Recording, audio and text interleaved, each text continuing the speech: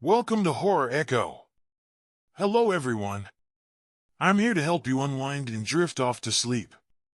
But before you do, don't forget to like this video and subscribe to the channel. Also, let me know in the comments where you're from and what time it is where you're watching.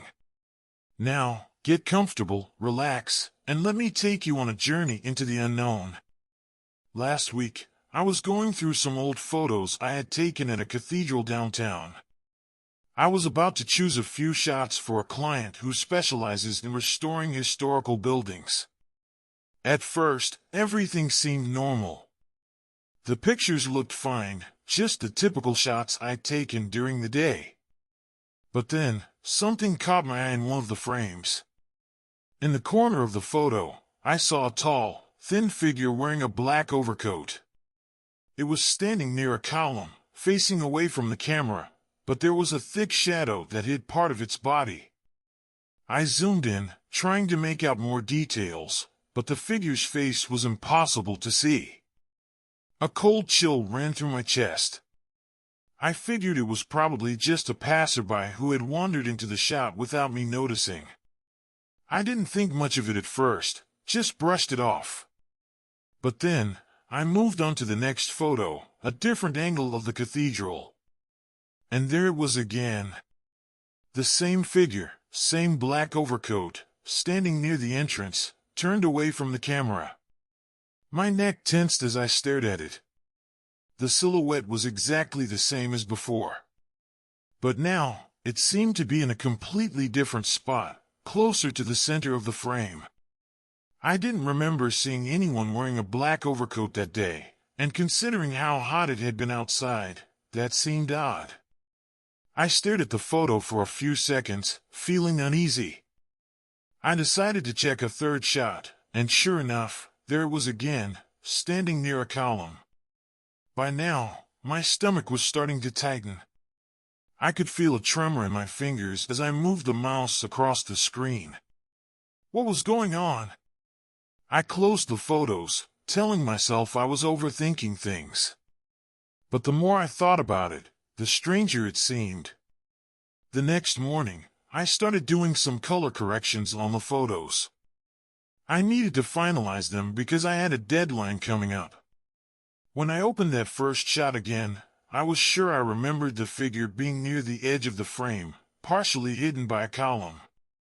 But when I looked again, it was a few feet closer to the center. I couldn't shake the feeling that something was wrong. I tried to compare it to a screenshot I had taken the day before, but I didn't have it anymore. I was convinced the figure had moved. I checked the other photos, each one, the figure seemed to be in a different position. In some shots, it was near an archway, in others by a stairwell, but always turned away and always partially hidden by shadows. My neck stiffened, and a light sweat started to form on my forehead. The strange feeling wouldn't go away. Part of me wanted to just shut down my computer and walk away, but another part of me couldn't stop looking. I felt like I needed to confirm I wasn't losing my mind.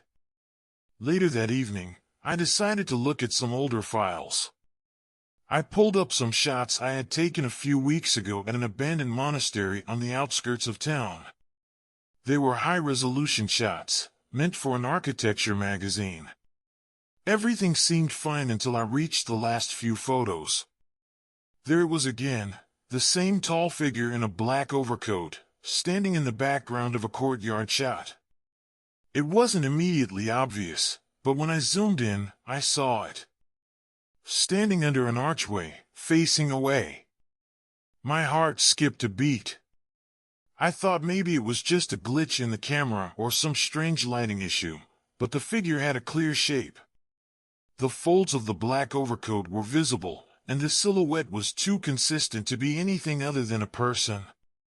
I stared at the screen, trying to make sense of it. My eyes were dry and strained, and I didn't know what to do. I saved the files, shut down my computer, and decided I needed to get some fresh air. The next day, I had another shoot scheduled. It was at an old, run-down Romanesque church in a forgotten part of the city. The place was crumbling, moss growing along the walls, and the smell of damp stone filled the air. As I walked around, taking different shots, I kept glancing over my shoulder, feeling like someone was there, though I couldn't see anyone. The place felt deserted, and I kept hearing distant street noises but no footsteps. My muscles were tense, and I had a slight headache from the stress of everything. When I got home that night, I opened the folder of raw files to review the photos, but as soon as I started scrolling through them, I felt that familiar unease. I reached a shot of the church from the third angle, and in the far right corner of the image, I saw the same shape again, tall, thin, black overcoat, back turned. I zoomed in, my heart racing. It was the same figure, but now it was closer to the center of the frame. I flipped through a few more shots, and in every one, there it was. Always in a different position. Always turned away. Always partially hidden. I grabbed my phone and called an old friend who was also a photographer. I needed to talk to someone, get a second opinion.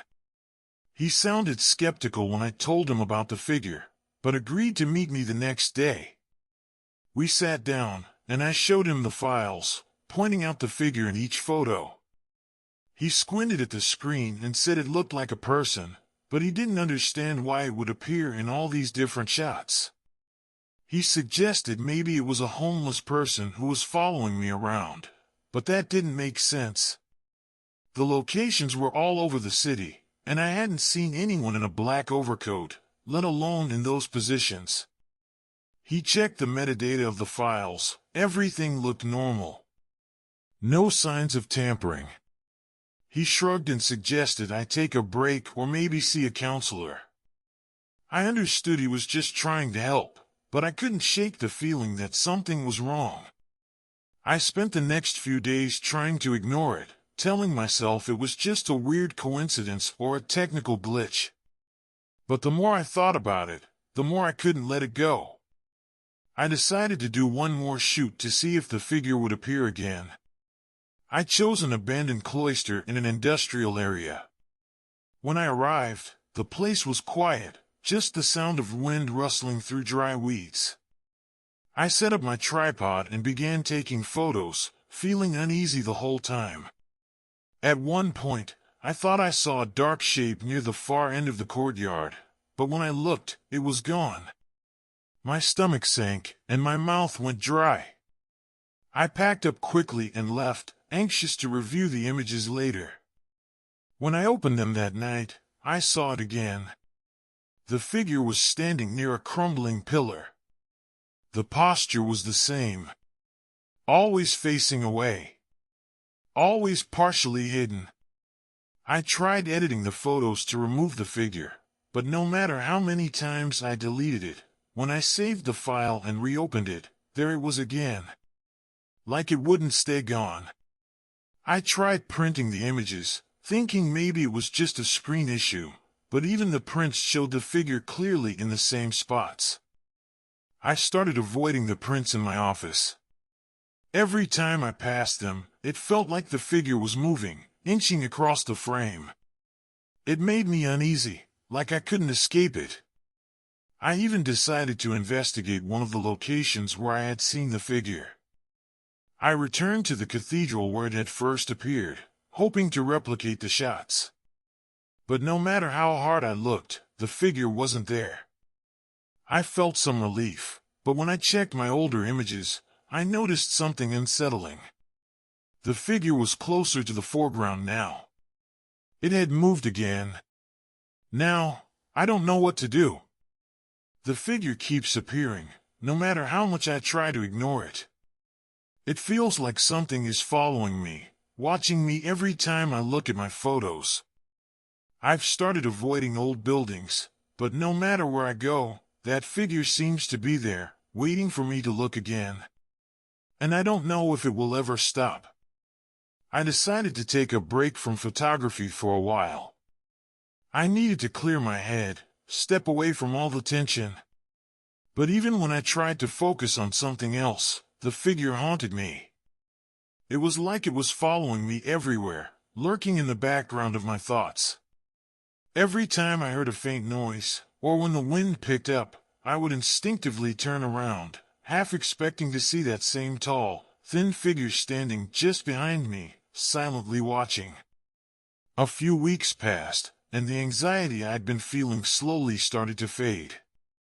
I tried to get back to my normal routine, just focusing on portrait photography, anything that didn't involve those old, crumbling buildings or the eerie silence of empty, forgotten places. But the memories of those photos kept resurfacing, and I couldn't shake the feeling that there was more to this than just a simple coincidence or technical glitch. What if it wasn't a random figure at all? What if it was something else, something that was trying to tell me something? That question gnawed at me, and eventually, I found myself back in the cathedral one late afternoon, alone. I had convinced myself that maybe, just maybe, I could get closure on this. I could prove to myself that the figure wasn't real, that it was just my mind playing tricks.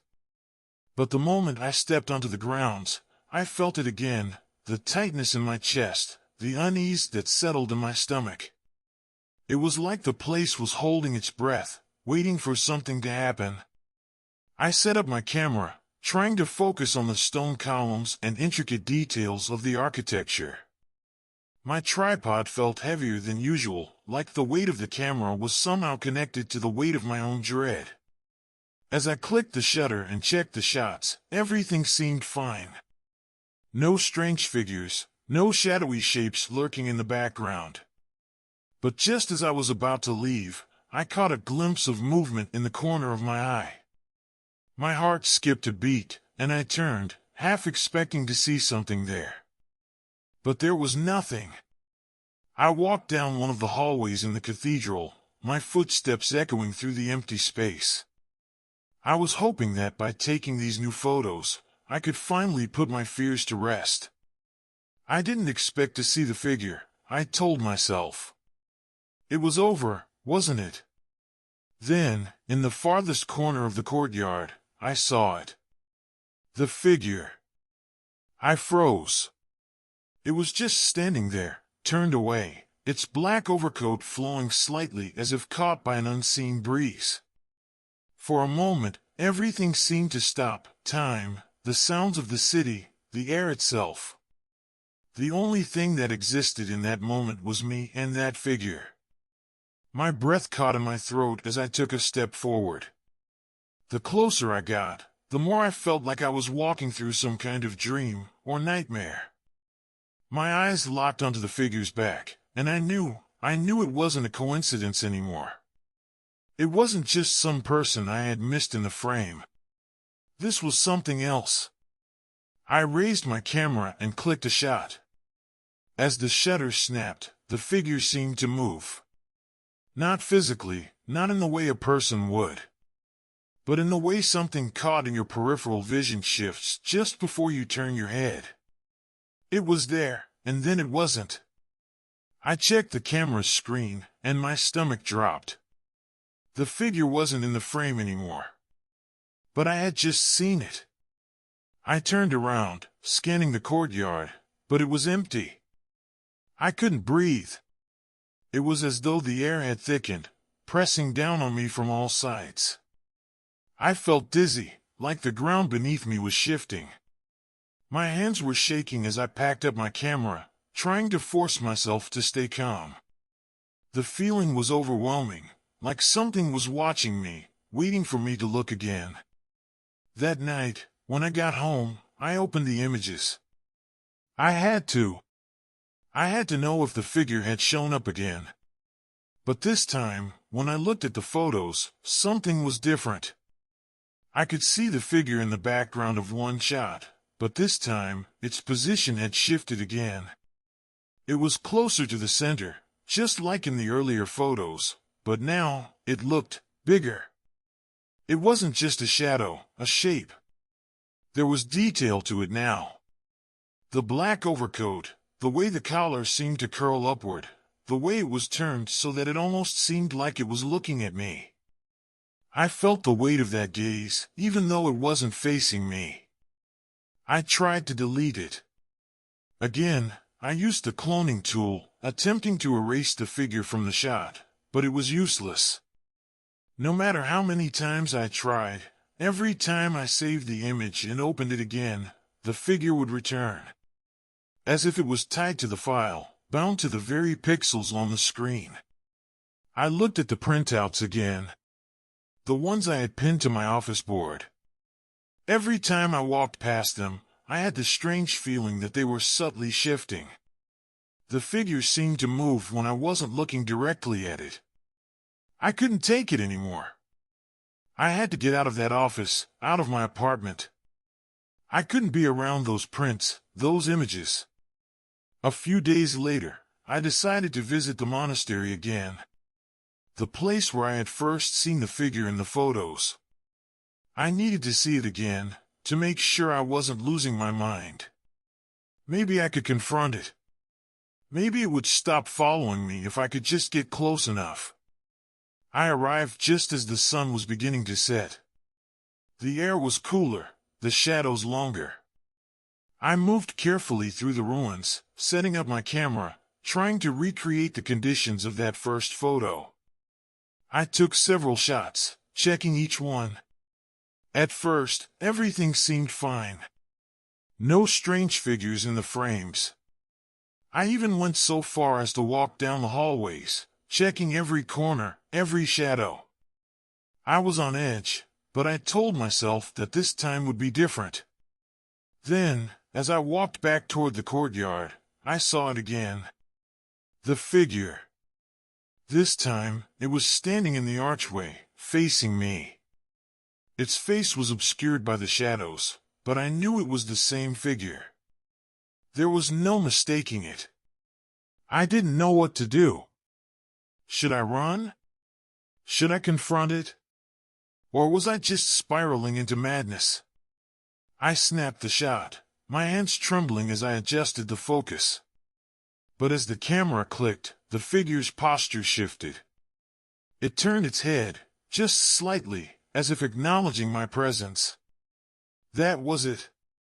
I had to leave. Now, I don't know what to believe anymore. I keep telling myself that it's just some weird glitch, a trick of my mind, but deep down, I know better. Every time I look at my camera, my computer, or even just the printed photos on my wall, I feel it, like something is watching, waiting. I don't know how to stop it.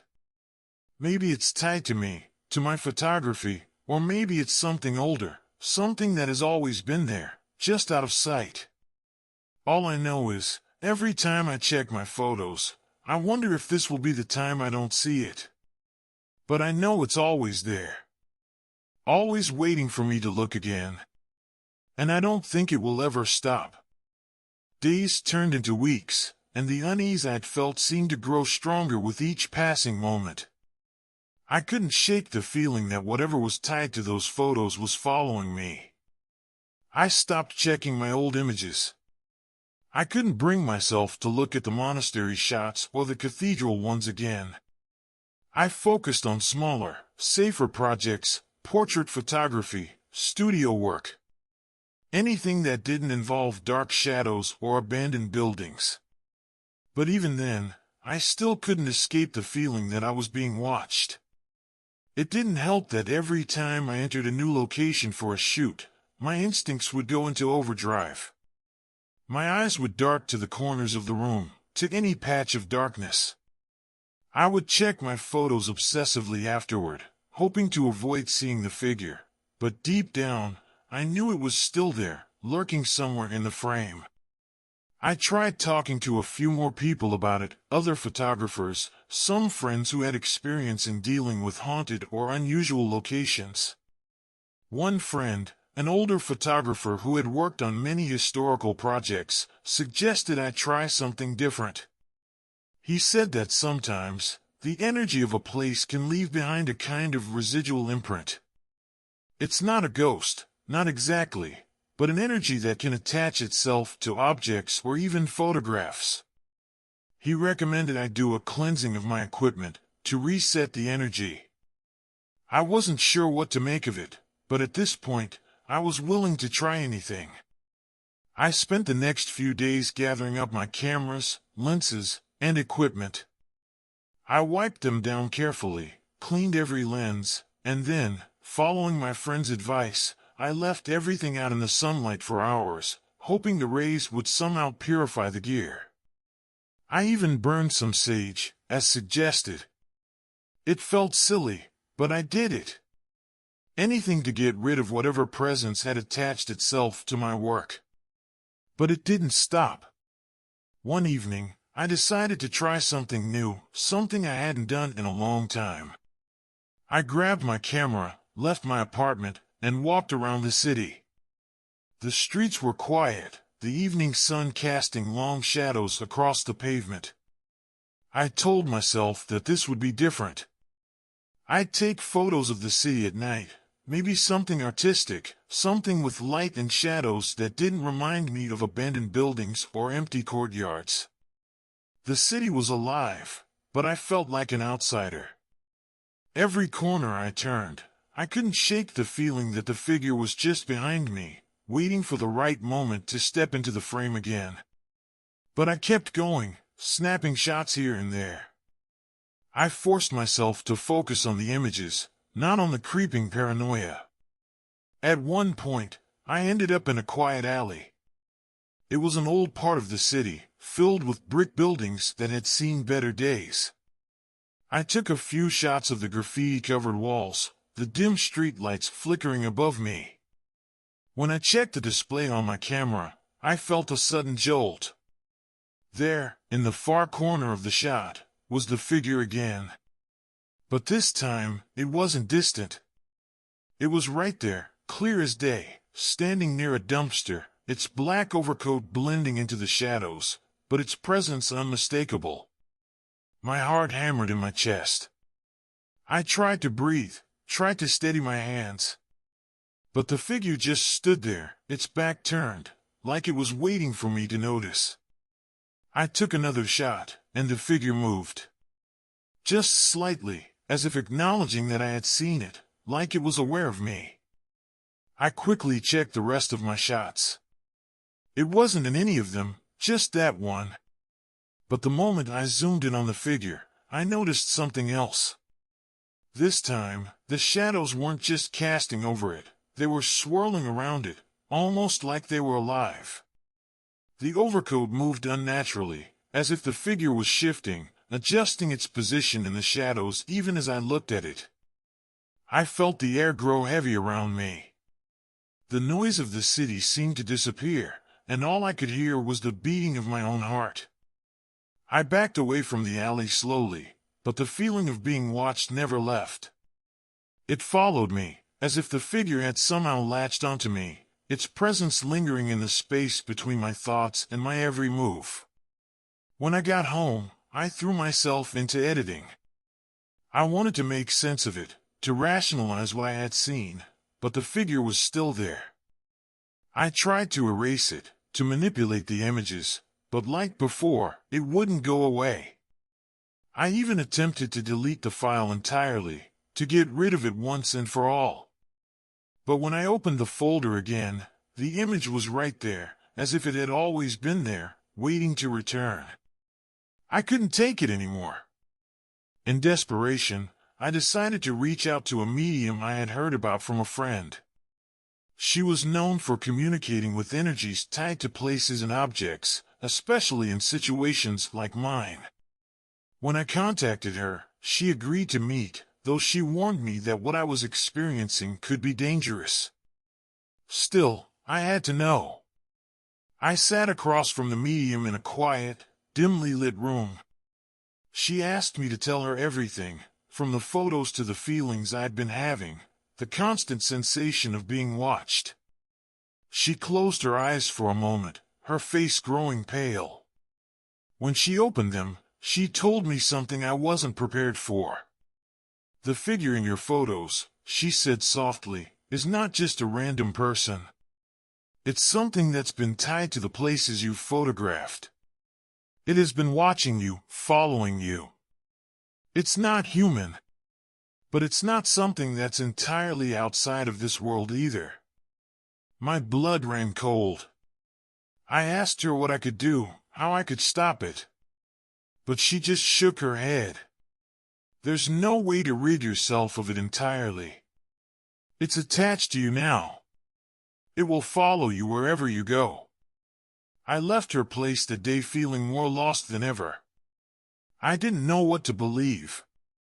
Could it really be something supernatural? Was this figure haunting me, or was it all in my mind?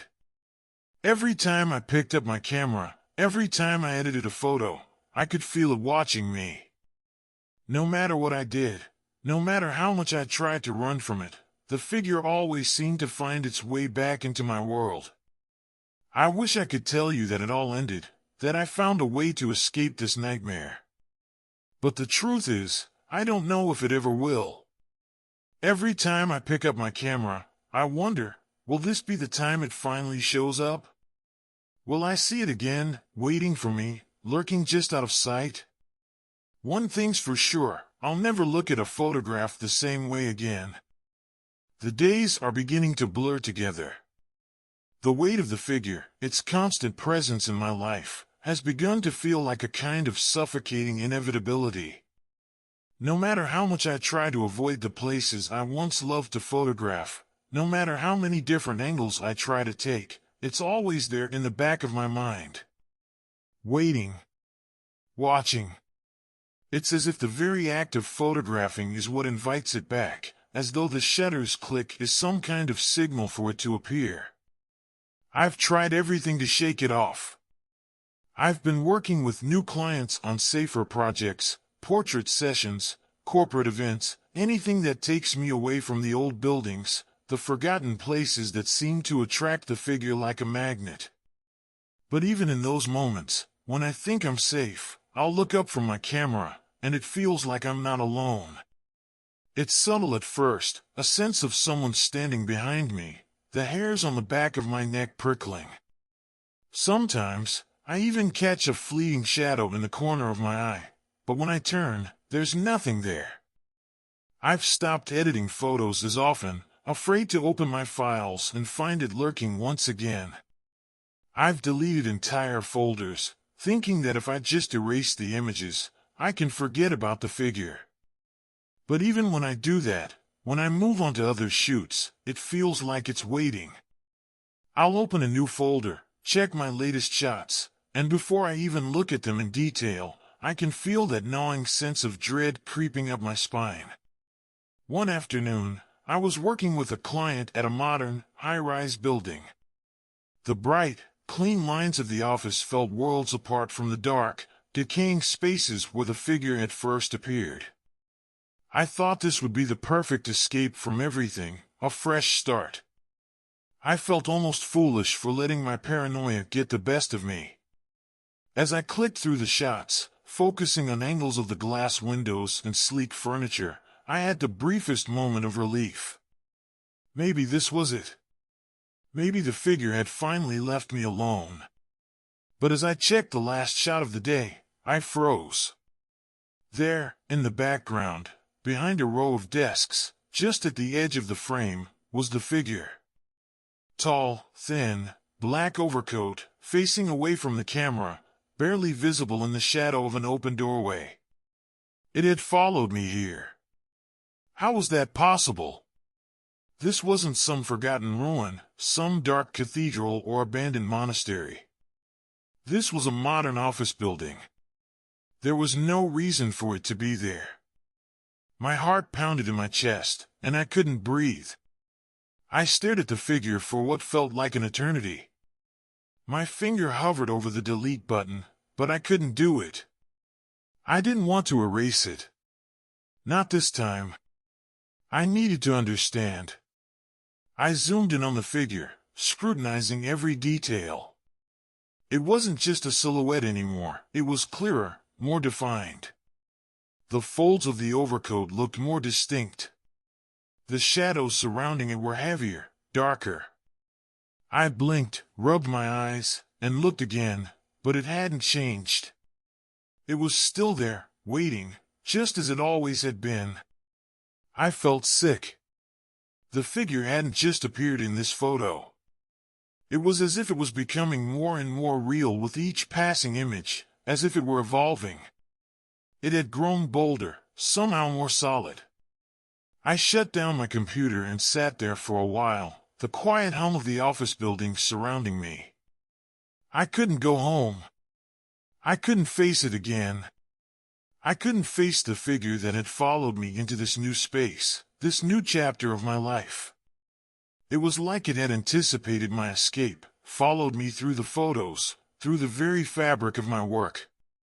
Later that night, I lay in bed, staring at the ceiling. The thoughts wouldn't stop. I had spent hours trying to reason with myself, telling myself I was just being paranoid. But deep down, I knew this wasn't just a figment of my imagination. The figure wasn't some fleeting apparition, it had become a part of my reality. I can't help but wonder if it's connected to the photos, to the act of capturing images. I've always been drawn to history, to the stories embedded in architecture. Maybe this is the price I'm paying for that fascination, for seeking out the forgotten corners of the world. Maybe the figure isn't just haunting me, it's a reflection of the past, of the things that have been left behind, waiting for someone to notice, someone to remember. The thought of it brings a kind of unease that I can't shake. I don't know if it's trying to communicate something with me, or if it's simply tethered to my work, to the spaces I choose to document. What does it want? Why is it always turned away, hiding in the shadows, never showing its face? The uncertainty is the worst part. I don't know how to break free from this cycle, this feeling that no matter where I go, no matter what I photograph, it will always be there, lurking in the corners of my vision, in the shadows of my photos. I've started to avoid certain places, those old, decaying structures, the cathedrals, the monasteries. I tell myself it's because I need to focus on new, fresher projects, but deep down, I know it's because I'm terrified that the figure will follow me there again. That it will continue to shift and move, just out of reach, never truly gone. And now, as I sit here in my apartment, with the photos on my screen and the weight of everything pressing down on me, I can't help but wonder, will it ever stop? Will the figure fade away, or is it something that will always be with me, haunting every shot I take, lurking in the background of every moment I try to capture? I don't know the answer. All I know is that I can never look at a photograph the same way again. Every click of the shutter now feels like an invitation, a call for the figure to appear once more. And no matter how hard I try to turn away, it always seems to find its way back. So, I keep taking photos, keep capturing moments, but with every frame, with every shot, I wonder if this time, the figure will stay hidden, or if this time, it will be waiting, just beyond the shadows, ready to step into the light. As time goes on, the figure continues to haunt me, its presence growing more insistent, more relentless. It's not just confined to the photos anymore. It's creeping into my thoughts, into my dreams. I can't escape it, no matter where I go. It's like a shadow that clings to me, following me through every corner of my life, and I'm beginning to lose track of where the figure ends and I begin. I stopped taking photos for a while. I thought that maybe if I just stopped, if I ignored it long enough, the figure would vanish. But it didn't. It was there, lurking at the edges of my perception, its presence a constant, low hum in the back of my mind. Even when I tried to take a break from photography, the feeling of being watched never left me. It was like I was constantly looking over my shoulder, expecting to see that dark, looming figure standing just out of sight. One afternoon, I decided to take a walk through the city. I needed to clear my head. I couldn't stand being cooped up inside anymore, constantly running from the thoughts that followed me like ghosts. The streets were busy, people bustling past, the noise of the city filling the air. But even in the chaos, I couldn't shake the feeling that I was being followed. I kept glancing behind me, half expecting to see the figure standing there, just out of reach. But each time I turned, the streets were empty. I decided to visit a park on the outskirts of town. It was a quiet, peaceful place, the trees casting long shadows as the sun began to set. I sat down on a bench, trying to focus on the sounds of birds and rustling leaves, hoping that the normalcy of the surroundings would calm my mind. But then, as I glanced down at my phone, I saw something that made my heart stop. The screen was lit up with a new notification, a message from an old contact. I opened it, half expecting it to be spam or something trivial. But instead, it was a photo. The photo was of the park where I was sitting. At first, I couldn't believe what I was seeing. The image was taken from the far end of the park, showing the path leading toward the bench I was sitting on. There was no one in the shot, just the empty path, the trees, the shadows. But then I saw it. In the far corner of the photo, just near the trees, was the figure. It was standing there, as if it had always been part of the scene, its black overcoat blending into the shadows. It was facing away, like it always was, but this time, I could almost feel its gaze, even though its face was hidden. I froze, staring at the photo in disbelief. How was this possible? I was sitting right there, and I hadn't seen anyone. There was no one around me when I looked up. I scrolled down to read the message attached to the photo. It was from the same old contact I had spoken to a few months ago, the one who had advised me to take a break from my work, to clear my head. The message was simple: I thought you'd want to see this. I've been noticing the figure too. It's not just your photos. My blood ran cold. I didn't know what to think anymore. Was this person trying to mess with me? Or had they really seen the figure, just like I had? How had they gotten that photo? I hadn't shared any of my locations with them in months. The unease inside me twisted into something darker, something far more ominous. It was like the figure was taking on a life of its own, spreading through the world around me. That night, I tried to sleep, but my mind wouldn't stop racing. The photo kept replaying in my head. The figure in the shadows, watching me from a distance. I couldn't shake the feeling that I wasn't alone, that it was always there, just waiting to be noticed. The whispers started again, faint but persistent, like they had been before at the dig site. Not in words, not in any language I could understand, but the sounds, those same harsh consonants, those low, guttural tones, were back.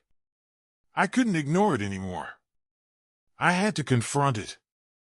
I couldn't let this figure take over my life any longer. I decided to return to the places where it had first appeared, the cathedral, the monastery, the abandoned cloister. If the figure had been tied to those spaces, maybe I could finally understand what it was, what it wanted. Maybe by confronting it directly, I could break whatever hold it had on me. I packed up my camera and headed out early the next morning. The cathedral was first. I set up my tripod in the same spot where I had taken that first photo, the one that had started everything. The air felt heavy, thick with the sense that something was waiting. I took several shots, each one checking the shadows carefully, making sure the figure wasn't there. And for a moment, it felt like nothing had changed. The photos came out clear, crisp, the way they should. There was no figure, no shadow moving across the frame. But then, as I reviewed the images on my camera, I saw it. In the corner of one shot, barely visible but unmistakable, the figure stood again. It was farther back than before, still turned away, half hidden by the column. I could feel my heart pounding in my chest as I zoomed in, but this time, the figure wasn't as distant. It was clearer. More solid. I don't know how to explain it. It felt like it was getting stronger, more real with each passing moment. It wasn't just a part of the photo anymore, it was becoming a part of the place. The shadows seemed to bend around it, as though the very space was feeding it, giving it shape. I tried to delete the photo, but again, it wouldn't go away. No matter how many times I deleted it, the figure would reappear, its presence growing more pronounced each time. The figure wasn't just tied to my camera anymore. It was tied to everything I had seen, everything I had experienced. It had become a part of me. I'm not sure where I'm going from here. I don't know if there's any way to stop it. I've tried running, tried ignoring it, tried confronting it. But no matter what I do, the figure is always there, lurking in the shadows of my life, waiting for me to look again. And every time I do, it's there. Waiting. Watching. I don't know if it will ever stop. All I know is that it never truly goes away. It's like a part of me now, always on the edges of my world, always just beyond the frame, waiting for me to notice. And no matter how many times I try to outrun it, I can feel it following me. I can feel it watching. Always. The more I tried to ignore the figure, the stronger it became. It was as if the very act of pushing it away only made it more insistent, more present in my life. It wasn't just in the photos anymore. It was in the corners of my vision, in the darkened spaces between the lights at night, in the empty rooms of my apartment. I couldn't escape it. At first, I thought maybe I was losing my mind. Maybe it was the stress, the anxiety, the long nights of editing photos, but no matter how much I tried to convince myself it was all in my head, I knew deep down that it was real. The figure was real. And it was everywhere. I couldn't sleep without feeling like something was just beyond my reach, hiding in the shadows, waiting for me to fall asleep so it could get closer. I couldn't walk into a room without checking the corners, without feeling the weight of invisible eyes on me. It didn't matter where I went, it didn't matter how far I ran, the figure was there, silently trailing behind me, waiting for its next moment to step into my world. Then, one night, I received another message.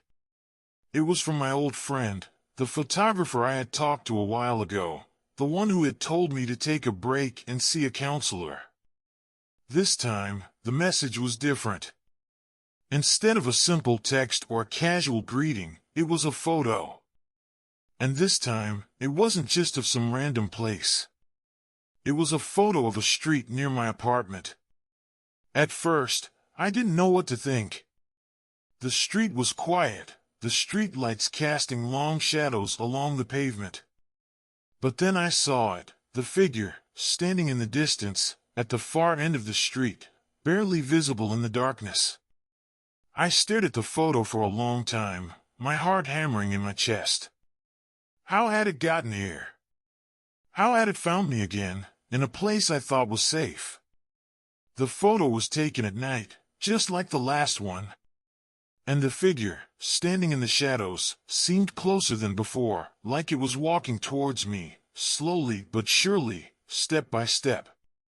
I immediately tried to reach out to my friend, but they didn't answer. I sent several messages, desperate to understand what was happening, but nothing came back. My mind raced. Why had they sent me this photo? Had they seen the figure, too?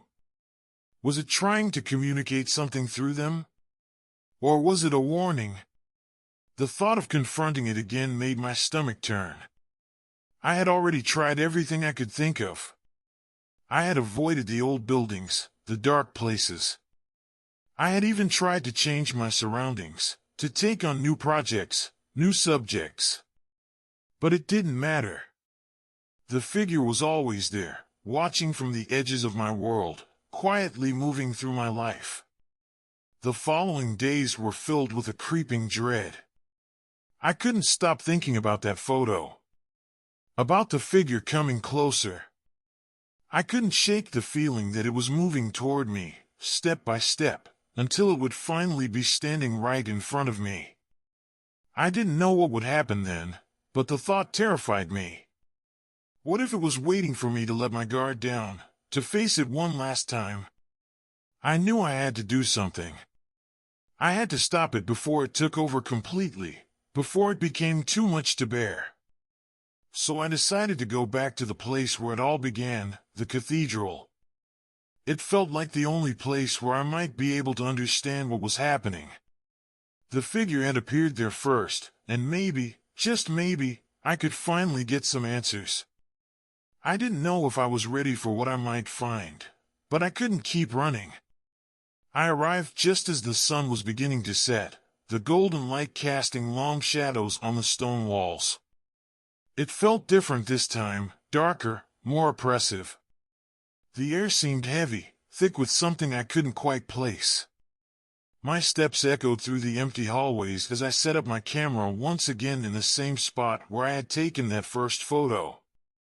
I took a few test shots, trying to calm my nerves. But when I looked at the display, I saw it immediately. The figure. It was standing there, just as it had before, in the same corner of the frame, its back turned, partially hidden by a column. But this time, something was different. The figure seemed larger, more defined. The shadow around it seemed to stretch and shift, as if the figure was no longer bound by the space it was in. I zoomed in, my breath catching in my throat as I focused on the details. The folds of the overcoat were sharper now, more pronounced. The figure seemed almost alive. I couldn't tell if it was moving or if my eyes were playing tricks on me, but it felt as if it was shifting, like it was preparing to step out of the shadows and into the light. I quickly checked the rest of the shots, hoping it was just an illusion, but every photo was the same. The figure was there, in every shot, always slightly shifting, always just out of reach, its presence growing stronger with each click of the shutter. I felt my chest tighten as I backed away from the camera. This was it. The figure wasn't just in my photos anymore. It was part of the place, part of the space itself. And no matter what I did, no matter how many times I tried to delete it, it was always going to be there, waiting for me to see it again. I left the cathedral that evening with more questions than answers. I didn't know if I would ever find a way to stop it, or if it would ever leave me. The figure had become a part of my life, a part of my work. And the more I tried to understand it, the more I realized that it wasn't something I could simply escape. It was like a shadow that had become tied to my very being, and no matter how far I ran or how much I tried to avoid it, it would always be there, waiting for me to notice it once again. And I couldn't help but wonder, was it waiting for me to face it? To acknowledge it fully, for the first time? What would happen if I did? The only thing I knew for certain was this: the figure would never stop. It would always be there, lurking in the shadows, just beyond the frame. And I would always be looking for it. Waiting for it.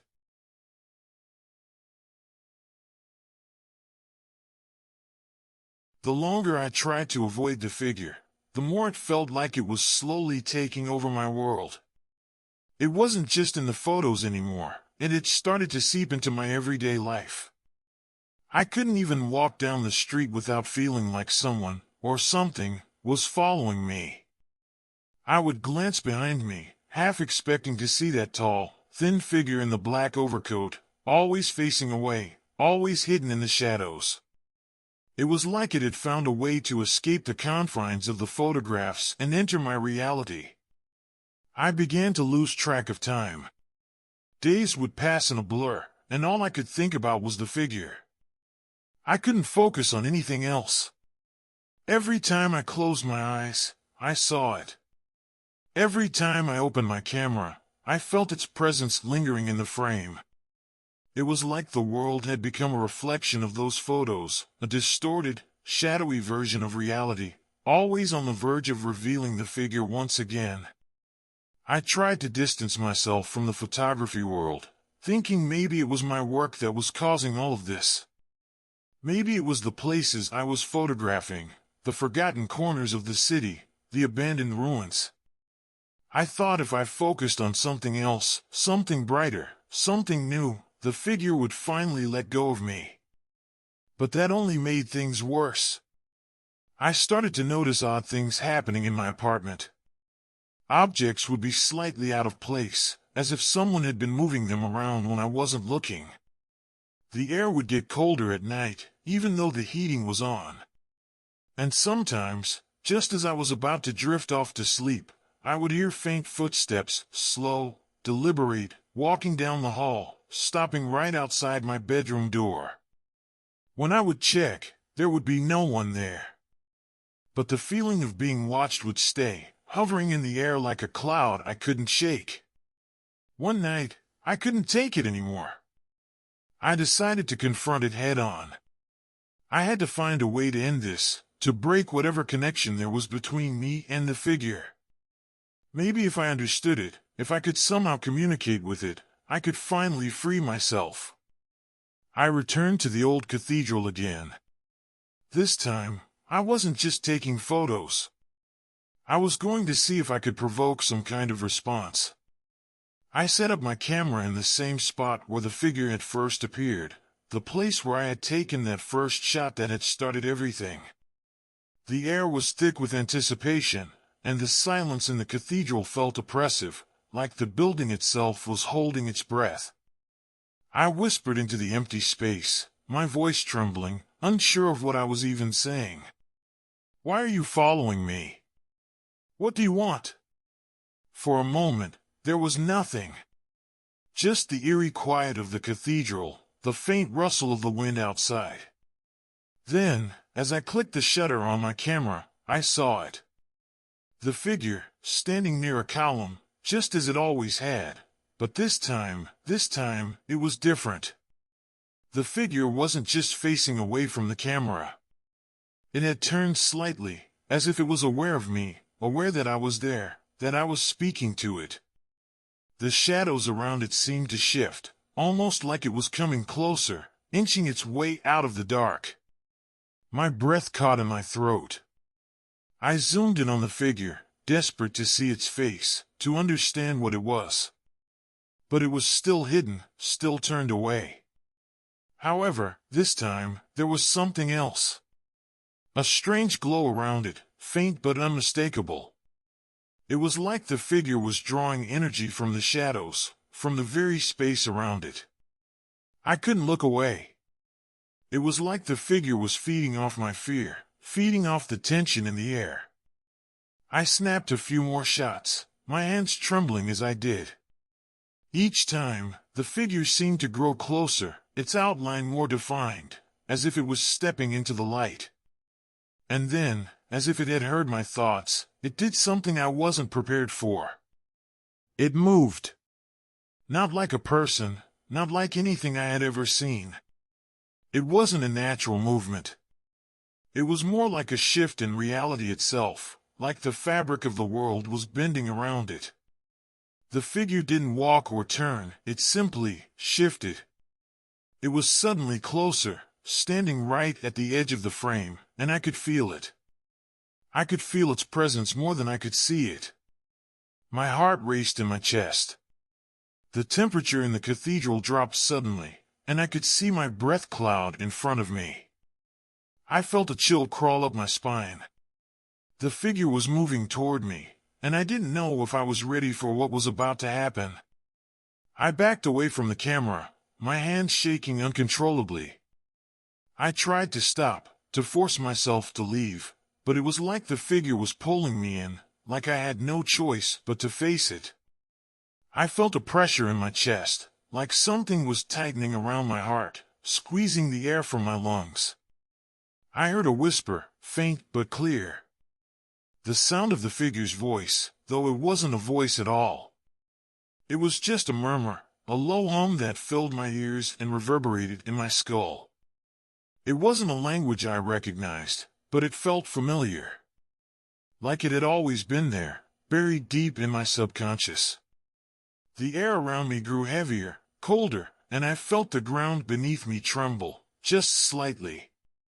The figure was there now, close enough that I could feel its presence without even looking directly at it. I turned slowly, my eyes darting to the corner of the frame where it stood. And that's when I saw it. The face. For the first time, the figure's face was visible, though only in the faintest outline. It was obscured by shadows, just like everything else about it. But the face, it wasn't human. It was something else. Something ancient, twisted, a hollow, empty gaze staring back at me. It had no features, no expression, just a blank, empty stare that seemed to pierce straight through me. I felt a surge of panic, my legs freezing in place, unable to move. It was like the figure was calling to me, reaching out with some kind of invisible hand, drawing me in.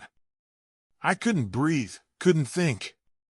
All I could do was stare at that face, at the emptiness that lay behind it, at the endless abyss that seemed to stretch on forever.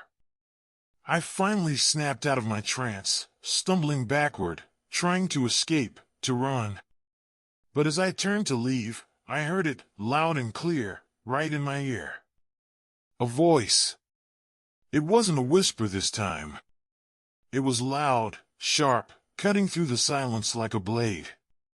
You can't run anymore. And in that moment, I realized something. It wasn't just following me. It wasn't just haunting my photos. It was a part of me now.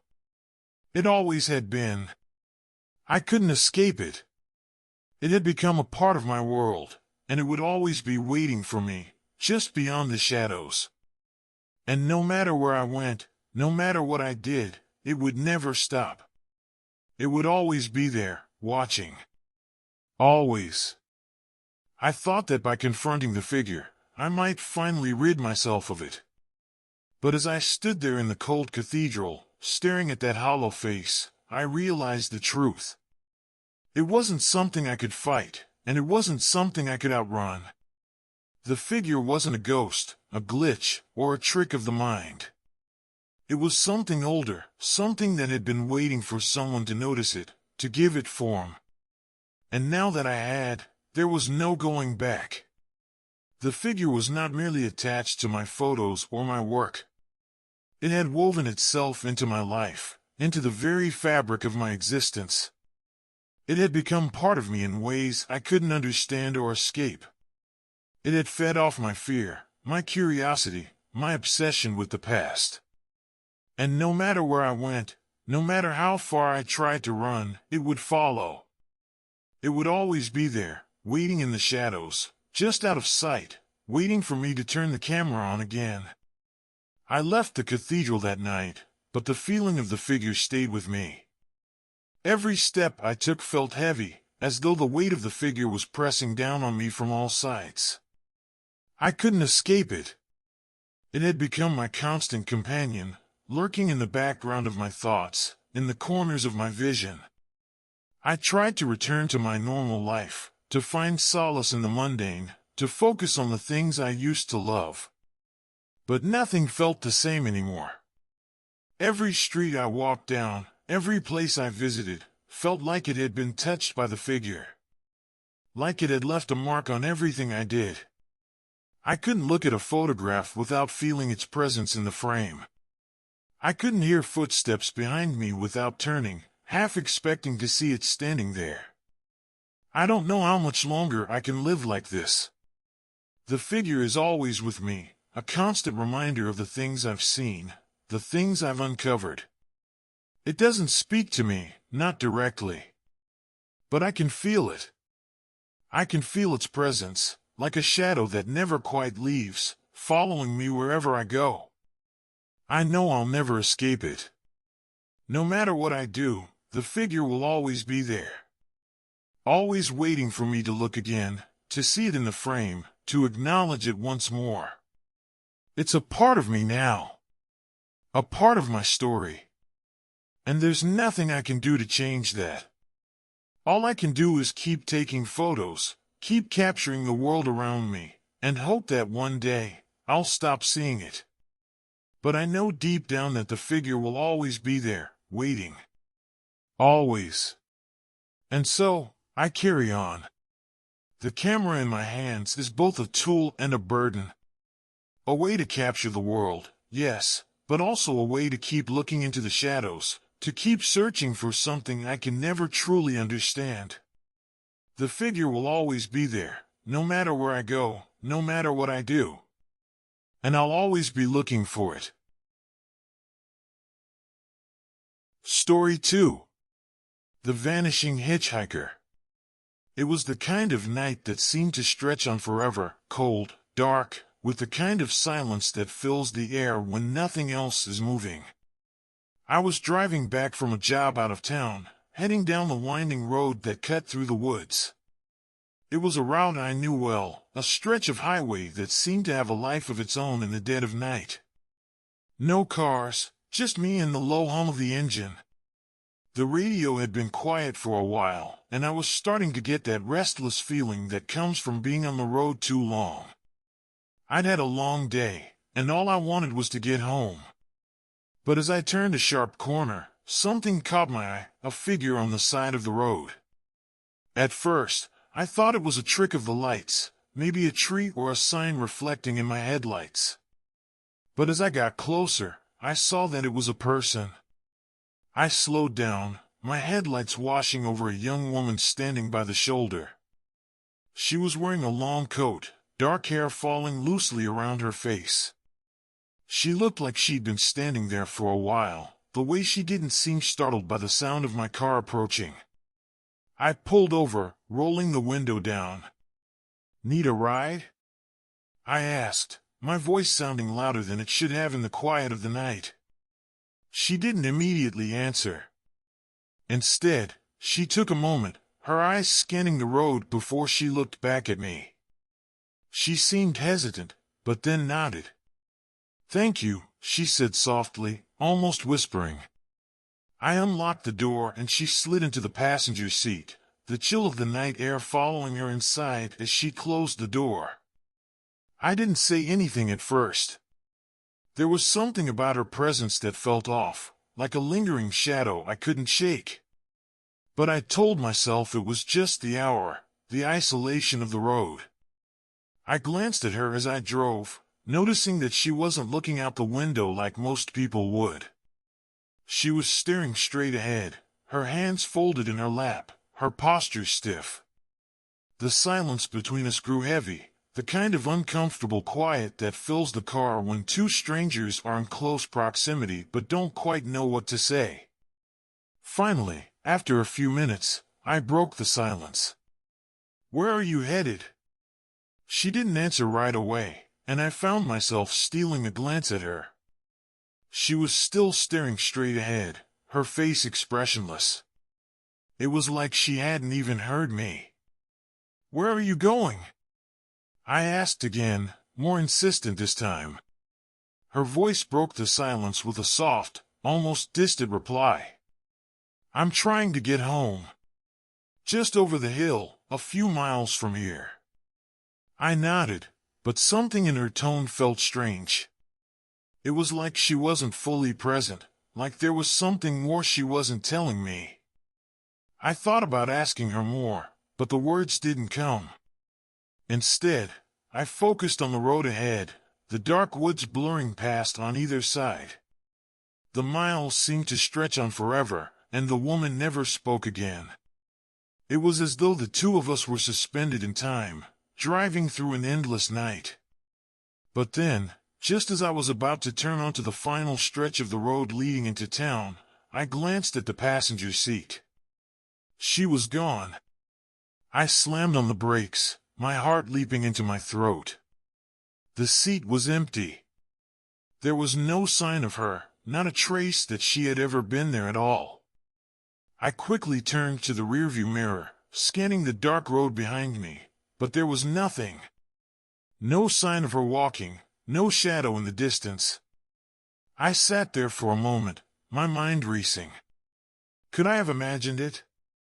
Was it some kind of trick, the fatigue of the long drive messing with my senses? But no! I knew what I had seen. I knew that she had been there, sitting next to me, not 5 minutes ago. I pulled over to the side of the road, getting out of the car and walking around it, my heart pounding in my chest. The woods around me were still, and the only sound was the wind rustling through the trees. There was no sign of her anywhere, nothing to explain what had just happened. I looked down at the spot where she had been sitting, half expecting to find something, anything, that would explain it. But there was nothing. Not a trace. No dropped coat, no shoe, no nothing. Feeling a chill crawl up my spine, I got back in the car and drove the rest of the way into town, the silence in the car now oppressive and thick with confusion. I couldn't stop thinking about her, about the way she looked, the way she didn't speak. I kept telling myself it was just a strange encounter, a weird moment of the night. But the more I thought about it, the more unsettled I became. The next morning, I couldn't shake the feeling. I found myself thinking back to the woman, wondering if she had been real. So, I decided to ask around. I spoke to a few locals, mentioning the stretch of road I'd driven that night. I was looking for any explanation, any answer to what had happened. That's when an old man at the diner leaned across the table and looked at me with a knowing expression. Did she have long, dark hair? Was she wearing a coat? I nodded, not sure where this was going. That road you were on, he said, his voice low, that's where it happens. People see her all the time, especially around this time of year. They call her the vanishing hitchhiker. My blood ran cold as I listened to him speak. What do you mean? Who is she? The old man took a long pause before answering, his voice heavy with something I couldn't place. No one really knows. Some say she was killed in an accident on that road years ago.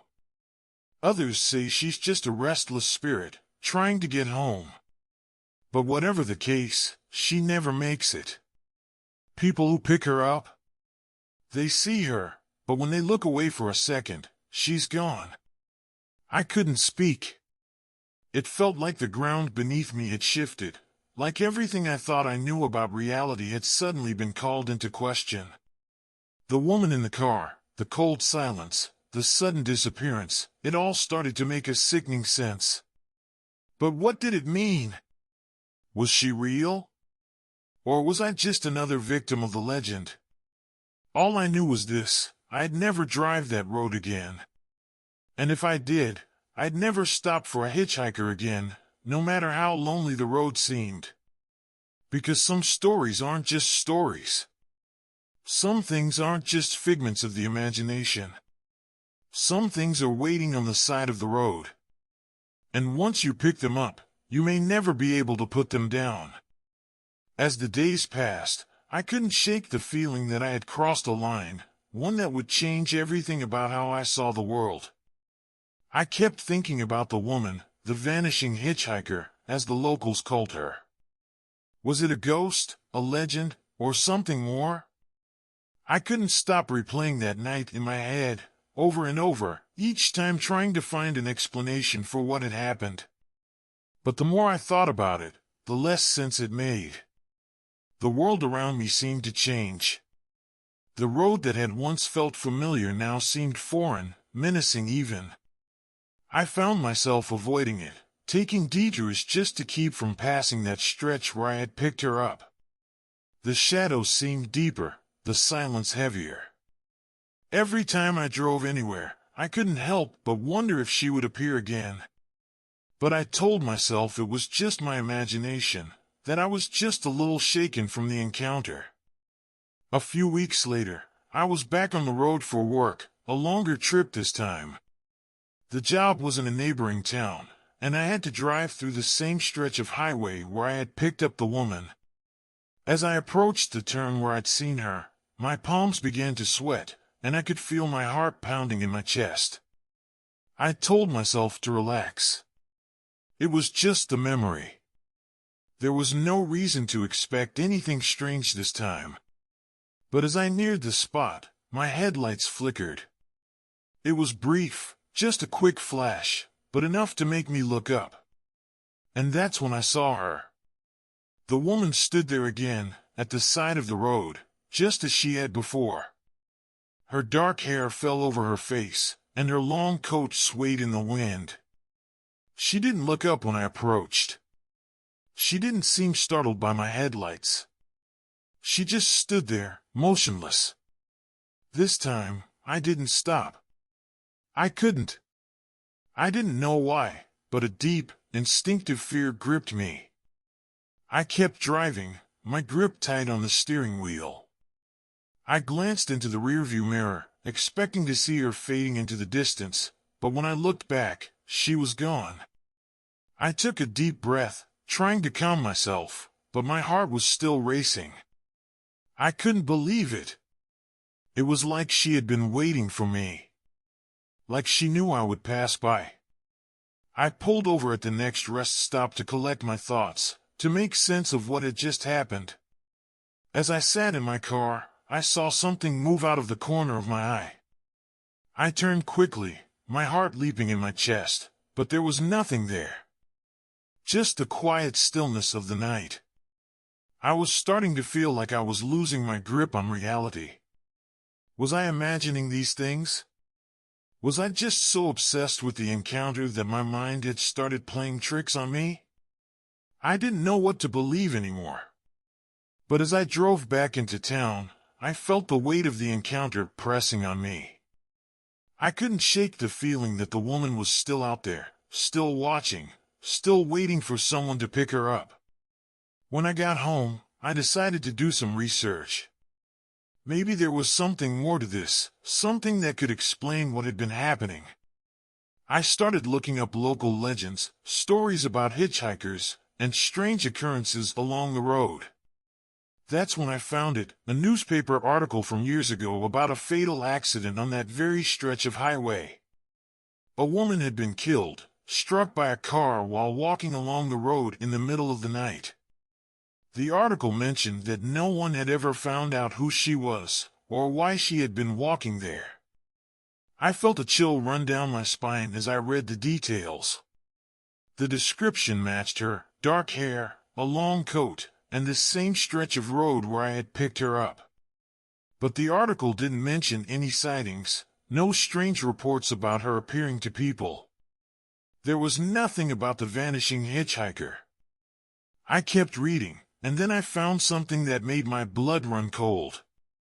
A line at the end of the article said, "Local folklore suggests the woman still haunts the road, trying to get home." I couldn't breathe. It was all starting to come together. The woman, the road, the way she seemed to appear out of nowhere. But what was her purpose? Why did she keep appearing to me? Why had I been chosen to pick her up? I decided to go back to the highway once more, to face the truth, even if it terrified me. But this time, I wasn't going to stop. I had to see her again. I had to understand. The night I drove back to that same stretch of road, the air felt different, like the world itself had shifted. The trees on either side of the road seemed to loom closer, as though they were watching me, too. My headlights barely cut through the dark, and the shadows felt oppressive. As I passed the spot where she had stood the last time, I braced myself. But this time, there was no sign of her. I drove past it, my eyes scanning the road ahead, the road behind, but nothing. No woman, no figure standing in the shadows. Relief washed over me. I had made it past. I had survived. But as I drove further, I felt the air grow colder. The road stretched out before me, empty and dark. And then, in the distance, just past the curve, I saw her again. The figure was standing there, in the middle of the road, facing me now. She didn't turn away. She didn't wait for me to pick her up. She just stood there, her gaze locked with mine, as if she knew I was coming. As if she had been waiting for this moment. I didn't stop this time. I couldn't. I slammed my foot on the gas, speeding past her. I didn't look in the rearview mirror, didn't want to see her fading away, her ghostly figure becoming another part of the night. But as I rounded the next corner, I could have sworn I heard her voice, faint and distant, carried by the wind. "You'll never be free of me." I didn't stop to think about it. I just kept driving, my hands gripping the wheel as tight as I could, the road blurring beneath me. And for the first time, I realized something terrifying. The vanishing hitchhiker wasn't just a legend. She was real. And no matter how far I ran, no matter how fast I drove, she would always be there, waiting for me to pick her up again. And the next time, I might not have a choice. As I drove further, the tension in my chest didn't let up. The familiar stretch of road seemed endless, and the shadows seemed darker than ever. It felt like the night itself had taken on a life of its own, wrapping around me, pushing me forward, but in a way that I didn't want to go. I had to get out of there. I had to stop thinking about the woman. But no matter how much I tried, I couldn't stop feeling like she was still out there, just beyond my reach, waiting. I pulled off at the next rest stop, my hands still shaking from the terror that had surged through me. I leaned against the car, taking a few deep breaths, trying to clear my head. The night air was cold, and I could hear the distant sounds of the highway, cars passing, a faint hum in the distance. But there was no sign of her. No figure standing in the shadows. I tried to convince myself that I had imagined everything. That I had been so caught up in the idea of the vanishing hitchhiker that I'd let my mind run wild. But something deep inside me told me that wasn't true. It wasn't just the memory of the woman that was haunting me anymore. It was the feeling that I had opened a door I couldn't close. A door into a world that existed just beyond what I understood, a world where legends and ghosts bled into reality. I stayed at the rest stop for what felt like hours, trying to talk myself into leaving. I didn't want to go back, but I had no choice. I had to get home. The road stretched ahead, and the only way out of this nightmare was to drive through it. As I pulled back onto the highway, I kept my eyes straight ahead, my hands gripping the wheel, my mind racing. I tried not to think about the woman, but I could still feel her eyes on me, her presence like a weight in the car. I couldn't escape it. No matter how much I tried to outrun it, it was always there. A part of me wanted to turn around, to go back to where I had seen her last, to make sense of everything. But I knew I couldn't. The woman, the hitchhiker, she wasn't something I could fix. I was almost back into town when I noticed it again. A flicker of movement on the side of the road. My heart skipped a beat. I told myself it was nothing. I tried to focus on the road, on the stretch of asphalt ahead. But the flicker of movement turned into something more. A figure. Standing there. Waiting. It was her. She was standing in the same spot where I had seen her before, her dark hair falling loosely over her shoulders, the same long coat flapping in the wind. This time, though, she was facing me. Her eyes, though distant and unfocused, were fixed directly on me. Her mouth didn't move, but I could feel her words in my chest. Her presence was so overwhelming, so heavy, that I could hear her voice in my mind, as if she was whispering to me, even though her lips didn't move. "You'll never be free of me." I couldn't breathe. I couldn't move. The world seemed to slow down, the night wrapping around me like a suffocating blanket. I wanted to stop. I wanted to turn around, to run, but my body wouldn't let me. My hands were frozen on the wheel, and the only thing I could do was keep driving, keep moving forward. But then, as I passed her, something happened. The woman vanished. In the split second between one glance and the next, she was gone. Just like that. No fading figure, no fading footsteps, just the empty road where she had been standing. I looked in the rearview mirror. There was nothing. No sign of her anywhere. I slammed my foot down on the gas, driving faster than I ever had, desperate to get out of there, desperate to leave that stretch of road behind. My pulse was racing. My mind was a whirlwind of confusion and fear. I didn't know what to believe anymore. Had she been real? Was I going insane? Or was she truly haunting me? Was she a ghost, a legend, or something even darker, something that had been waiting for me, drawing me back to that road over and over? The further I drove, the more I tried to make sense of it. But the truth was, I couldn't. I didn't know if it was the terror that made me see things, or if I had truly encountered something beyond the veil of reality. But one thing was clear, the vanishing hitchhiker wasn't just a story. It was real. And she would always be out there, waiting for me to pick her up again. And as I approached the turn that would take me home, I couldn't help but wonder, would she be there, waiting for me at the edge of the road? I didn't know. But what I did know was this: I would never, ever stop on that stretch of highway again. Because one thing was certain, she would be waiting, no matter what. And next time, I might not be so lucky. As I drove further, my mind swirled with unanswered questions, each turn of the wheel only deepening the mystery. The dark road stretched out before me, and no matter how fast I drove, it felt like I was still tethered to that eerie moment, the moment I had seen her disappear. The vanishing hitchhiker wasn't just some local legend. She was something more, something that had marked me, whether I wanted it or not. I reached my home hours later, but the moment I parked in the driveway, I couldn't shake the sense of dread that hung around me. It wasn't just the memory of the figure, it was the way she had locked eyes with me, the way she had seemed to know me, as if she had been waiting. The chill of her presence lingered, and despite being back in the safety of my home, it felt like something invisible still clung to me. The house was dark and quiet when I walked in, the silence almost oppressive. I dropped my keys on the table, running my hands over my face.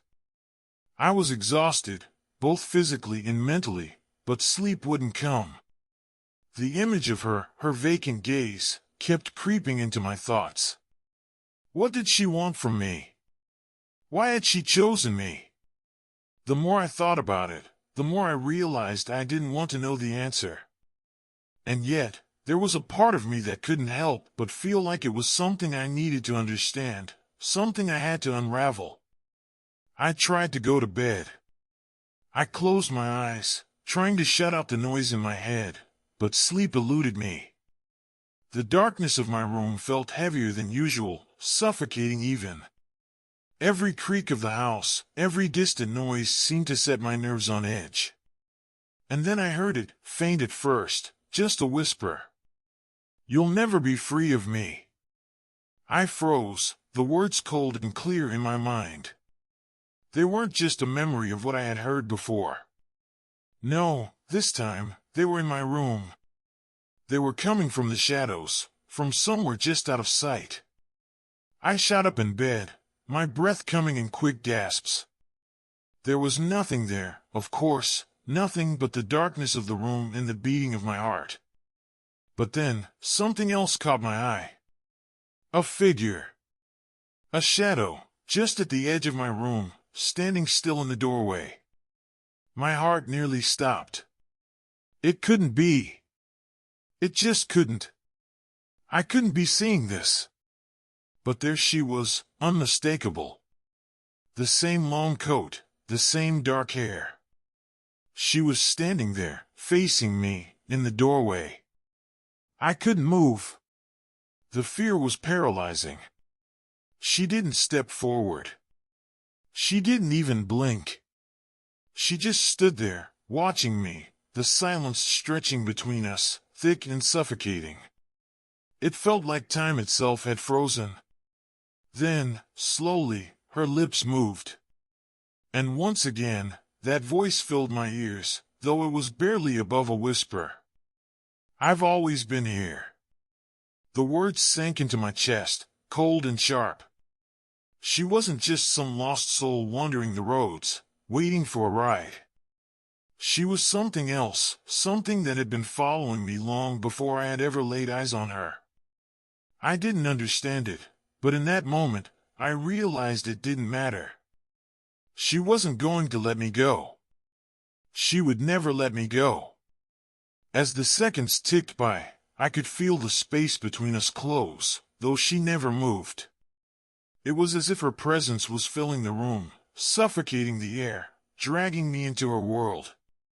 My heart raced, my mind screamed for me to do something, but I couldn't. I was trapped. And then, just as suddenly as she had appeared, the figure vanished. One moment she was there, standing in the doorway. The next, she was gone. The room was empty, silent once more. I sat there, drenched in sweat, my mind racing. What just happened? Was it real? Had I imagined it all? But deep down, I knew the truth. I had seen her, and she had spoken to me. There was no denying it anymore. I didn't sleep that night. I couldn't. Every time I closed my eyes, I saw her face, her eyes locked on mine, her voice in my mind. It was like she was always there, lurking just out of view, waiting for me to give in, to acknowledge her completely. The next morning, I decided to return to the road. I had to know. I couldn't keep running, couldn't keep pretending that everything was fine. There was something I needed to understand, something I couldn't escape by hiding in my house. I packed up my things and drove back, past the place where I had picked her up, to the spot where I had seen her disappear. The road felt like it was pulling me in, drawing me back into its grip. The quiet hum of the car's engine seemed to match the rhythm of my heartbeat, as if I were being guided by something other than myself.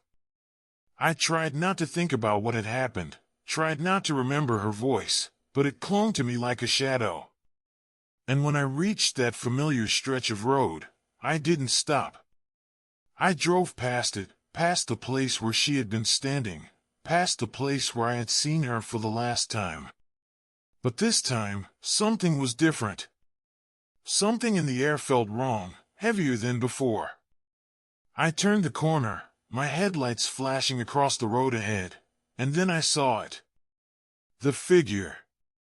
She was standing there once again, at the side of the road, her dark coat blending into the shadows. This time, I didn't slow down. I didn't look at her. I kept driving, my foot pressing harder on the gas pedal. But as I sped past, I couldn't help but glance at the rearview mirror. And there, just behind me, in the reflection, I saw her, walking along the road, slowly, her head tilted toward me, her gaze locked on my reflection. I kept driving. I didn't stop. But as I reached the edge of town, the image of her still burned in my mind. Her figure, her eyes. And I knew, deep down, that she would always be there. Waiting. And no matter how far I ran, no matter how much I tried to escape, she would never let me go. Because once you've seen the vanishing hitchhiker, you can't ever truly leave her behind. And no matter how many roads you drive down, she will always be waiting. The days blurred together after that drive. I kept my distance from the stretch of road where I had seen her, hoping that the further I stayed away, the less I would feel the grip of the vanishing hitchhiker. But every time I closed my eyes, I saw her, her eyes locked on mine, her silhouette, her voice whispering in the silence. It felt like she was inside my head, even when I wasn't driving, even when I was far from the road. The feeling of her presence never left. I tried to focus on other things, work, daily life, anything that could distract me. But each time I got in the car, I felt the dread creeping in. No matter how hard I tried to avoid the place, the idea of her following me, of her haunting my every moment, gnawed at me. It wasn't just the fear of encountering her again, it was the knowledge that I had already encountered her, and that somehow, that encounter had bound me to her, tied me to the road in a way I couldn't escape. One evening, after weeks of trying to push the memories away, I decided I couldn't run anymore. I had to face it. I had to understand who, or what, she was, and what this strange connection meant. I drove back to that road, the same stretch I had avoided for so long. As the car turned onto the familiar highway, the weight of the air seemed to thicken again, just like it had before.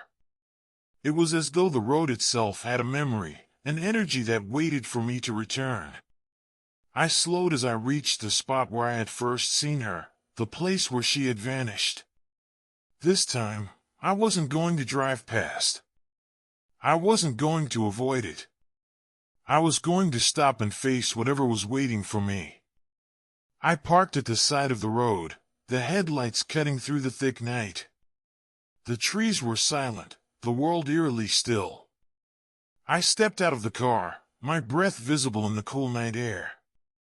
My heart pounded in my chest as I walked along the shoulder, my footsteps quiet against the gravel. The night seemed to hold its breath, and the shadows felt like they were watching, waiting. I stood there for a long time, unsure of what I was doing or what I was hoping to find. I didn't know if I was looking for answers or just trying to make peace with what had happened. But as I stood there, I heard it, the soft rustle of fabric, a sound like the wind moving through the trees, but there was no wind. It was too still for that. I turned, and there she was. The vanishing hitchhiker stood at the edge of the road, the same dark coat billowing slightly in the still air. Her head was tilted, as if she were looking at me, studying me, waiting for me to acknowledge her. This time, though, she didn't look like a lost soul, wandering in search of a ride. She looked different. More solid, more real. It was as if the thin veil between her and this world had shifted, allowing her to manifest in a way that felt too close, too real. My breath caught in my throat, and I took a step back. Her eyes, those eyes, locked onto mine. There was no fear in them, no pleading for help, just a calm, almost knowing expression. It was like she knew everything about me, as if she had been watching me all this time, seeing my every move, hearing my every thought. She wasn't just a ghost. She was something else. Why? I whispered, my voice trembling despite myself. Why me? What do you want from me? Her lips barely moved, but I heard the words clearly, echoing in my mind. I'm not here for you. You're here for me. The words sent a chill straight through my bones. I wanted to run, to escape, but my feet were frozen, like I was stuck in some kind of trance. She stepped closer, her presence filling the space between us, and for the first time, I felt the full weight of her being. It wasn't just that she was there, it was that she was always there, always a part of this road, of this place. You've seen me, she continued, her voice now resonating deep in my chest. You can't forget me now. You'll always return. Always. I shook my head, trying to clear the fog from my mind. No. I won't. I don't want this. But her eyes, those eyes, were unwavering, like a mirror reflecting everything I feared. She stepped even closer, and I could feel the cold of her presence wrapping around me, binding me to her. I wasn't sure she was speaking to me or to something deeper within myself. The road, the place where I had first encountered her, it was all connected, all tangled together in a way I couldn't understand. And then, just as quickly as she had appeared, she was gone. The road was silent again, the stillness pressing down on me. I stood there for a long time, my heart still racing, unsure of what had just happened. My hands were shaking, and I felt the weight of everything that had occurred, the car rides, the sightings, the feeling that I was always on the verge of something that I couldn't quite grasp. But one thing was clear now. I couldn't outrun it. I couldn't avoid her. The vanishing hitchhiker wasn't just a ghost or a figure bound to the road. She was a part of it all, a part of me now, a connection that could never be severed. Every time I drove that road, every time I tried to move past it, she would be there. She would always be there. As I got back in my car and drove away, I couldn't shake the feeling that no matter how far I went, no matter how many roads I traveled, I would always be tethered to her. And one day, I would find myself driving that same road again, stopping, without even thinking, to pick her up. Because she would always be waiting. And I would always be the one to drive her home. The drive home that night felt like the longest I'd ever taken. The road stretched out before me, an endless ribbon of asphalt cutting through the dark.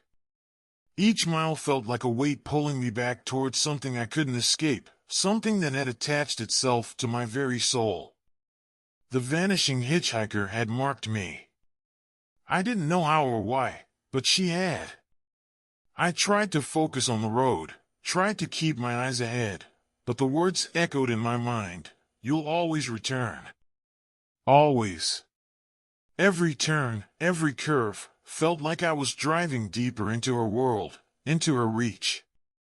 The trees that lined the road seemed to close in, their branches like fingers, reaching down to touch the car as if they were part of some great, hidden force. It felt like the road itself was alive, pulling me back toward that same stretch where it all began. I couldn't stop thinking about what had happened earlier, her presence, her words. I had thought I was seeking answers, but now I was more confused than ever. What did she mean when she said I was there for her? What did she want from me? And why did it feel like she was waiting for me to acknowledge her, to accept whatever it was she had become? The thought gnawed at me, and despite the speed of the car and the sound of the tires on the road, I couldn't shake the feeling that something was closing in on me. The headlights barely cut through the darkness now, and the road ahead seemed endless, as if I was driving into a tunnel with no way out. It wasn't just the fear of seeing her again. It was the realization that I was bound to this road, bound to this haunting, and I didn't know how to break free.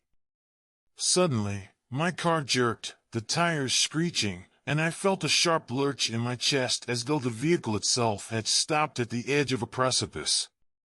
I slammed my foot on the brake, but it didn't matter. The car came to a halt, and I couldn't see anything but the darkness ahead. The engine rumbled, but it was as though the road had swallowed everything. I glanced around, panic rising. The headlights flickered, and then everything was still.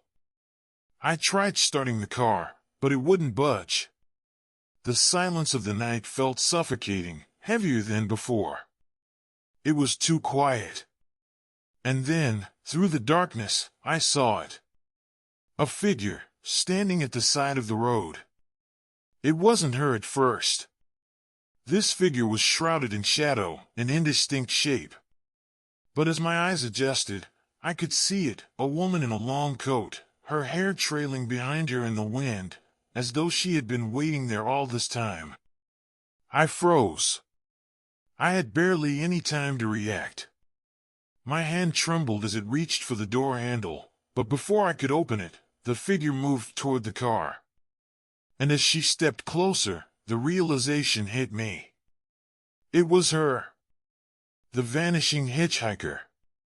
She stood right outside the driver's side window, her face barely visible, but I could see enough to know that she wasn't the same woman I had seen before.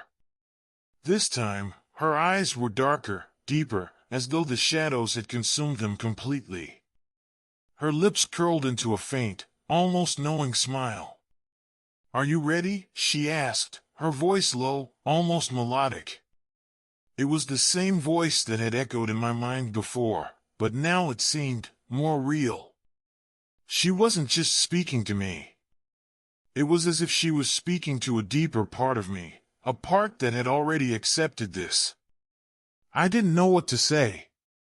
What was there to say? She had already marked me, already drawn me into her world. There was no escaping it. Why? I whispered, my voice barely above a breath. Her smile widened. Because you can't outrun what you are. She moved closer, her face coming into view as she pressed her hands gently against the glass of the window. Her skin was pale, almost translucent, and her eyes, those empty, endless eyes, stared right through me.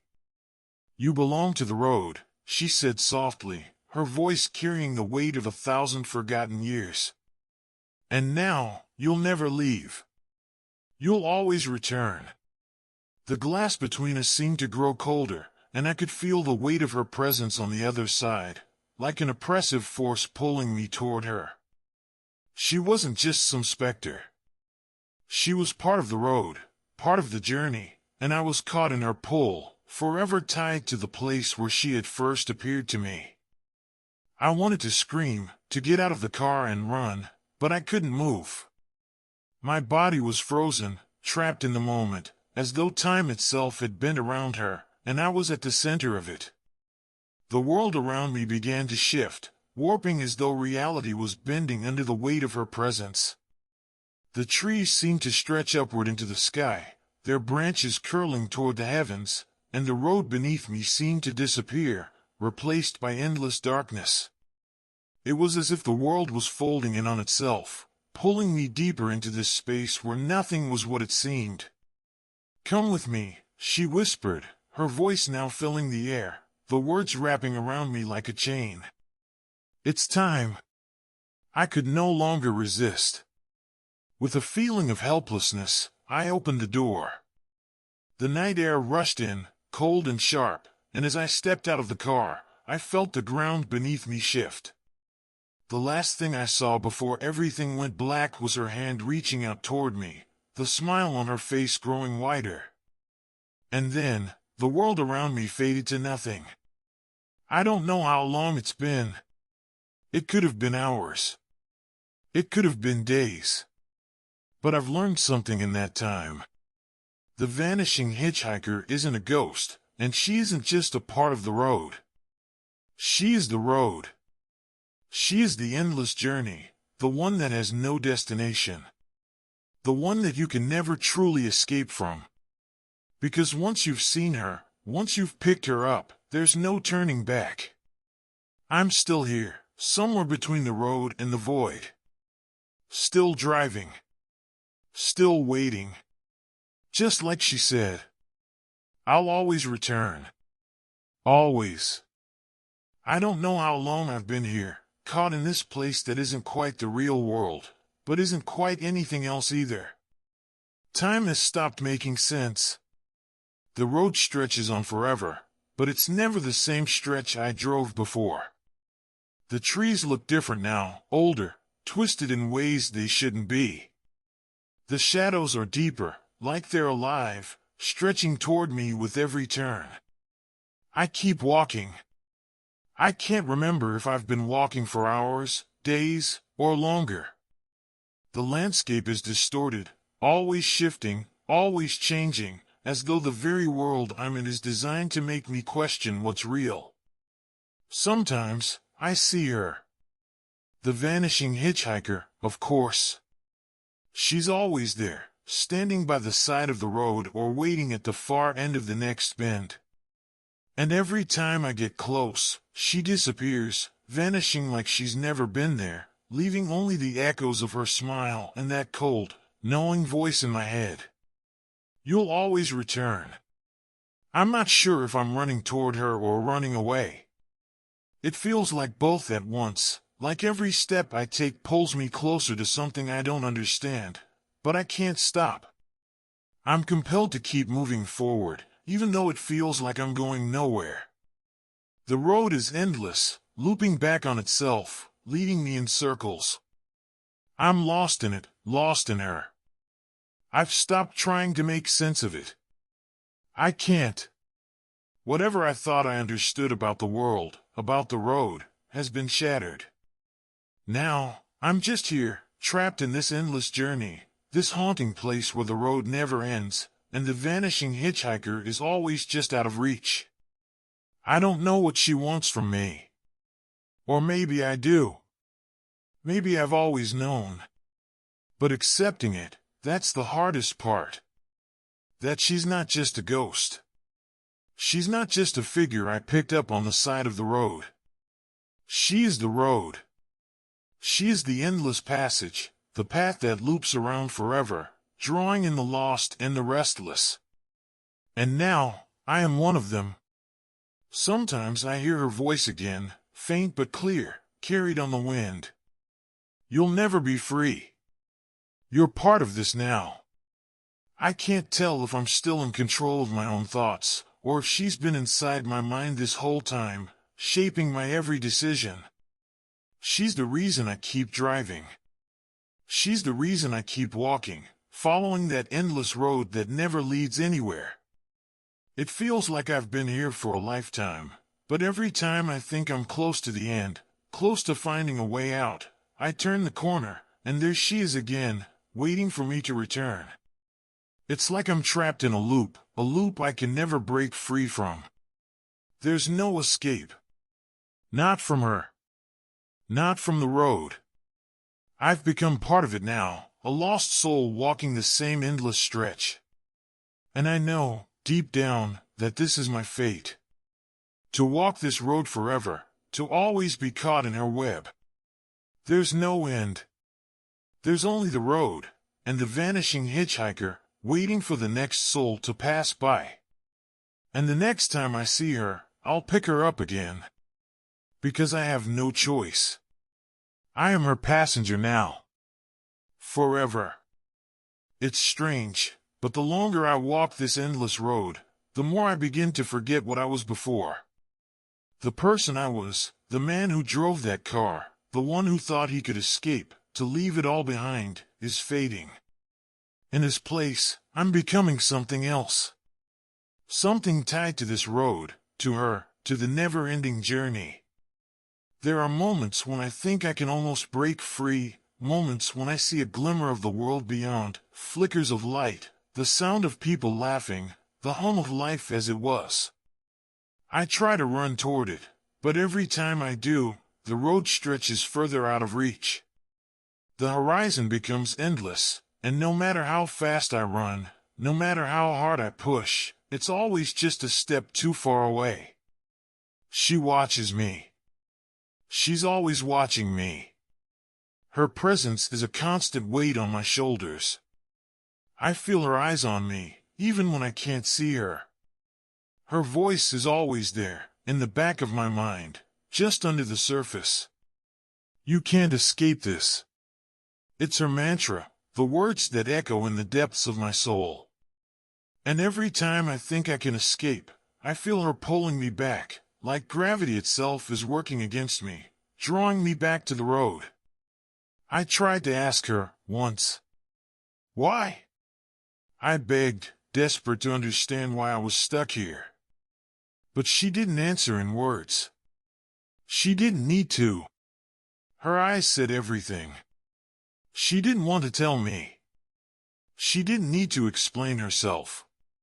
She just smiled that cold, knowing smile, and for the first time, I realized the truth.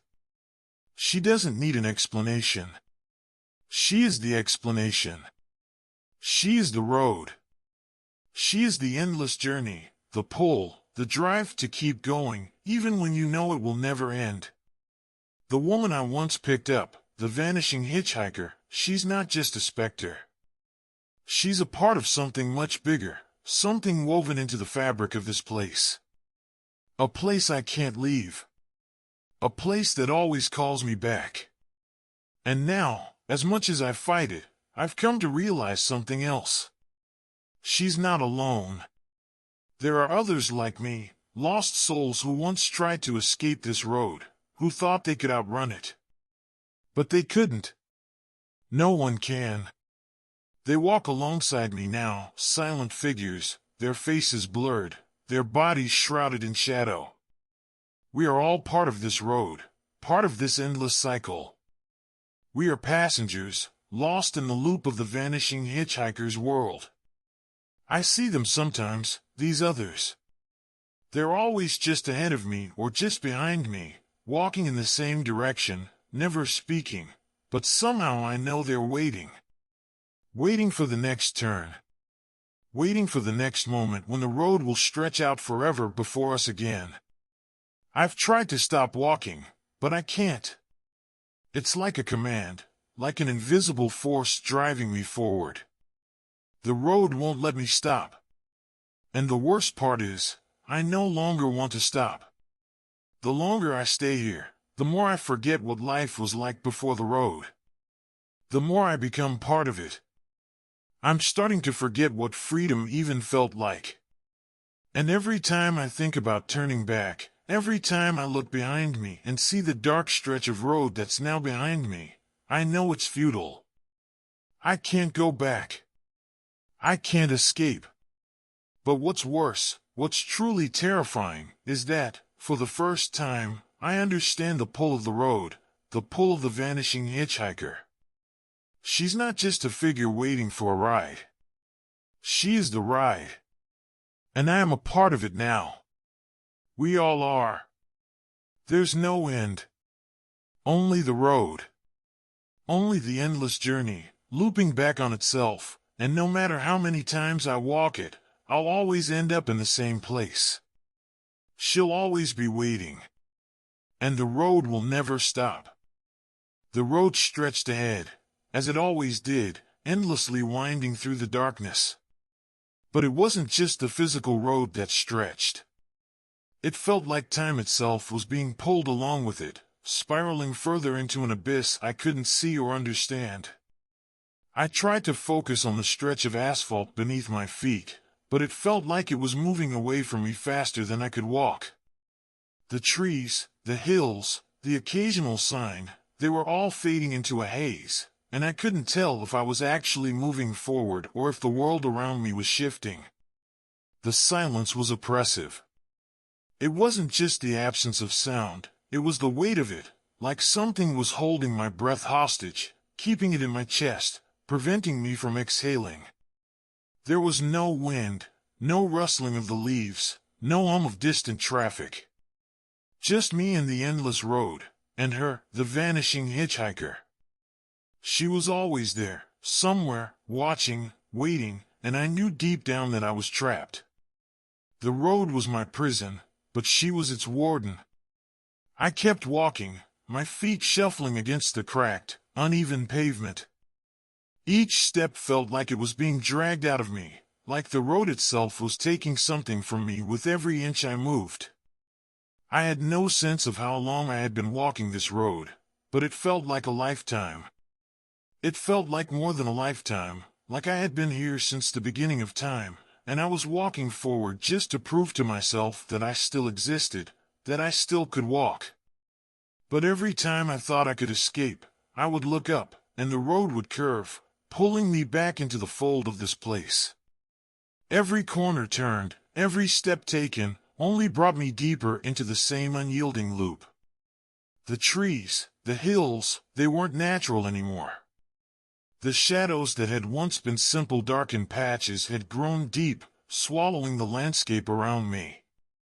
The trunks of the trees were bent at unnatural angles, and their branches stretched toward the sky like twisted fingers, grasping for something, anything, that could anchor them. It felt like the road was eating the world, consuming it piece by piece until there was nothing left but this unending stretch, this eternal cycle. And always, there was the vanishing hitchhiker, standing just ahead, just behind, or sometimes walking alongside me, but never quite close enough to touch. She was there, her dark coat billowing in the wind that I couldn't feel, her dark hair flowing out behind her, moving as if it had a life of its own. Her eyes, those hollow eyes that were always fixed on me, would never leave me. The weight of her gaze was suffocating, like I was always being measured, always being judged, always being seen. She was a part of this place, a part of this road, and she was the reason I was here. She was the reason I couldn't leave. I had tried to confront her once, when I had gathered the courage. I had stood at the edge of the road, looking her in the face, and asked her why. Why me? Why had I been chosen to walk this road with her? But she didn't answer with words. She didn't need to. She simply smiled that knowing, empty smile and whispered, "You're part of the road now. You're one of us." I had tried to deny it at first, to convince myself that it was all some terrible dream, a nightmare I would wake up from. But I hadn't woken up. No matter how much I walked, no matter how much I tried to turn back, the road always looped back on itself, pulling me in. The trees grew taller, the shadows deeper, and she was always there, watching, waiting, never saying a word. The strangest part of it all, though, was how familiar it had become. It wasn't just that the road had become my prison, it was that I had started to accept it. At first, I fought against the pull, tried to run away, but now, I felt as though I was slowly surrendering to it. Each step I took, each mile I walked, the road felt less like something that was trapping me and more like something I had always known. It was a part of me, as if I had always been meant to walk it. The idea of ever being anywhere else began to feel alien, foreign. The road, the trees, the darkness, it all became familiar. And the vanishing hitchhiker, she became familiar too. I no longer feared her. She wasn't some terrifying ghost or vengeful spirit. She was a part of this place, a part of the endless loop that I had been pulled into. Her presence was no longer something to be scared of, it was something to be accepted. I realized, then, with a cold shock, that I was starting to become like her.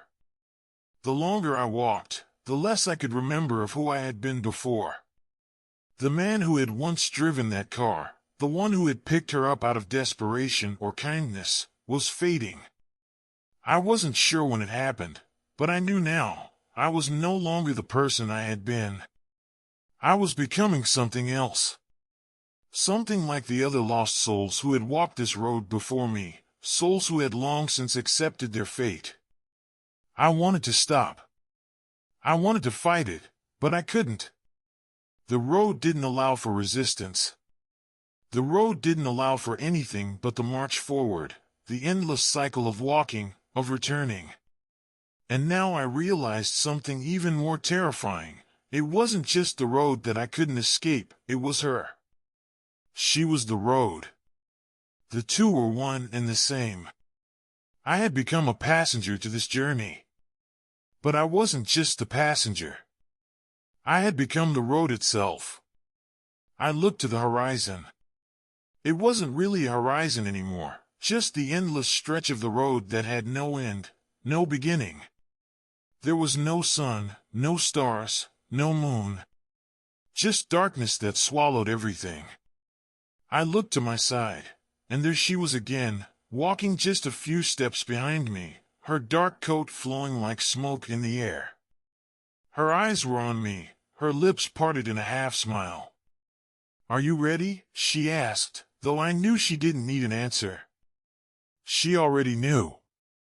I nodded, though I wasn't sure what I was agreeing to. Was I ready to accept this? Was I ready to accept that I would never walk any other road?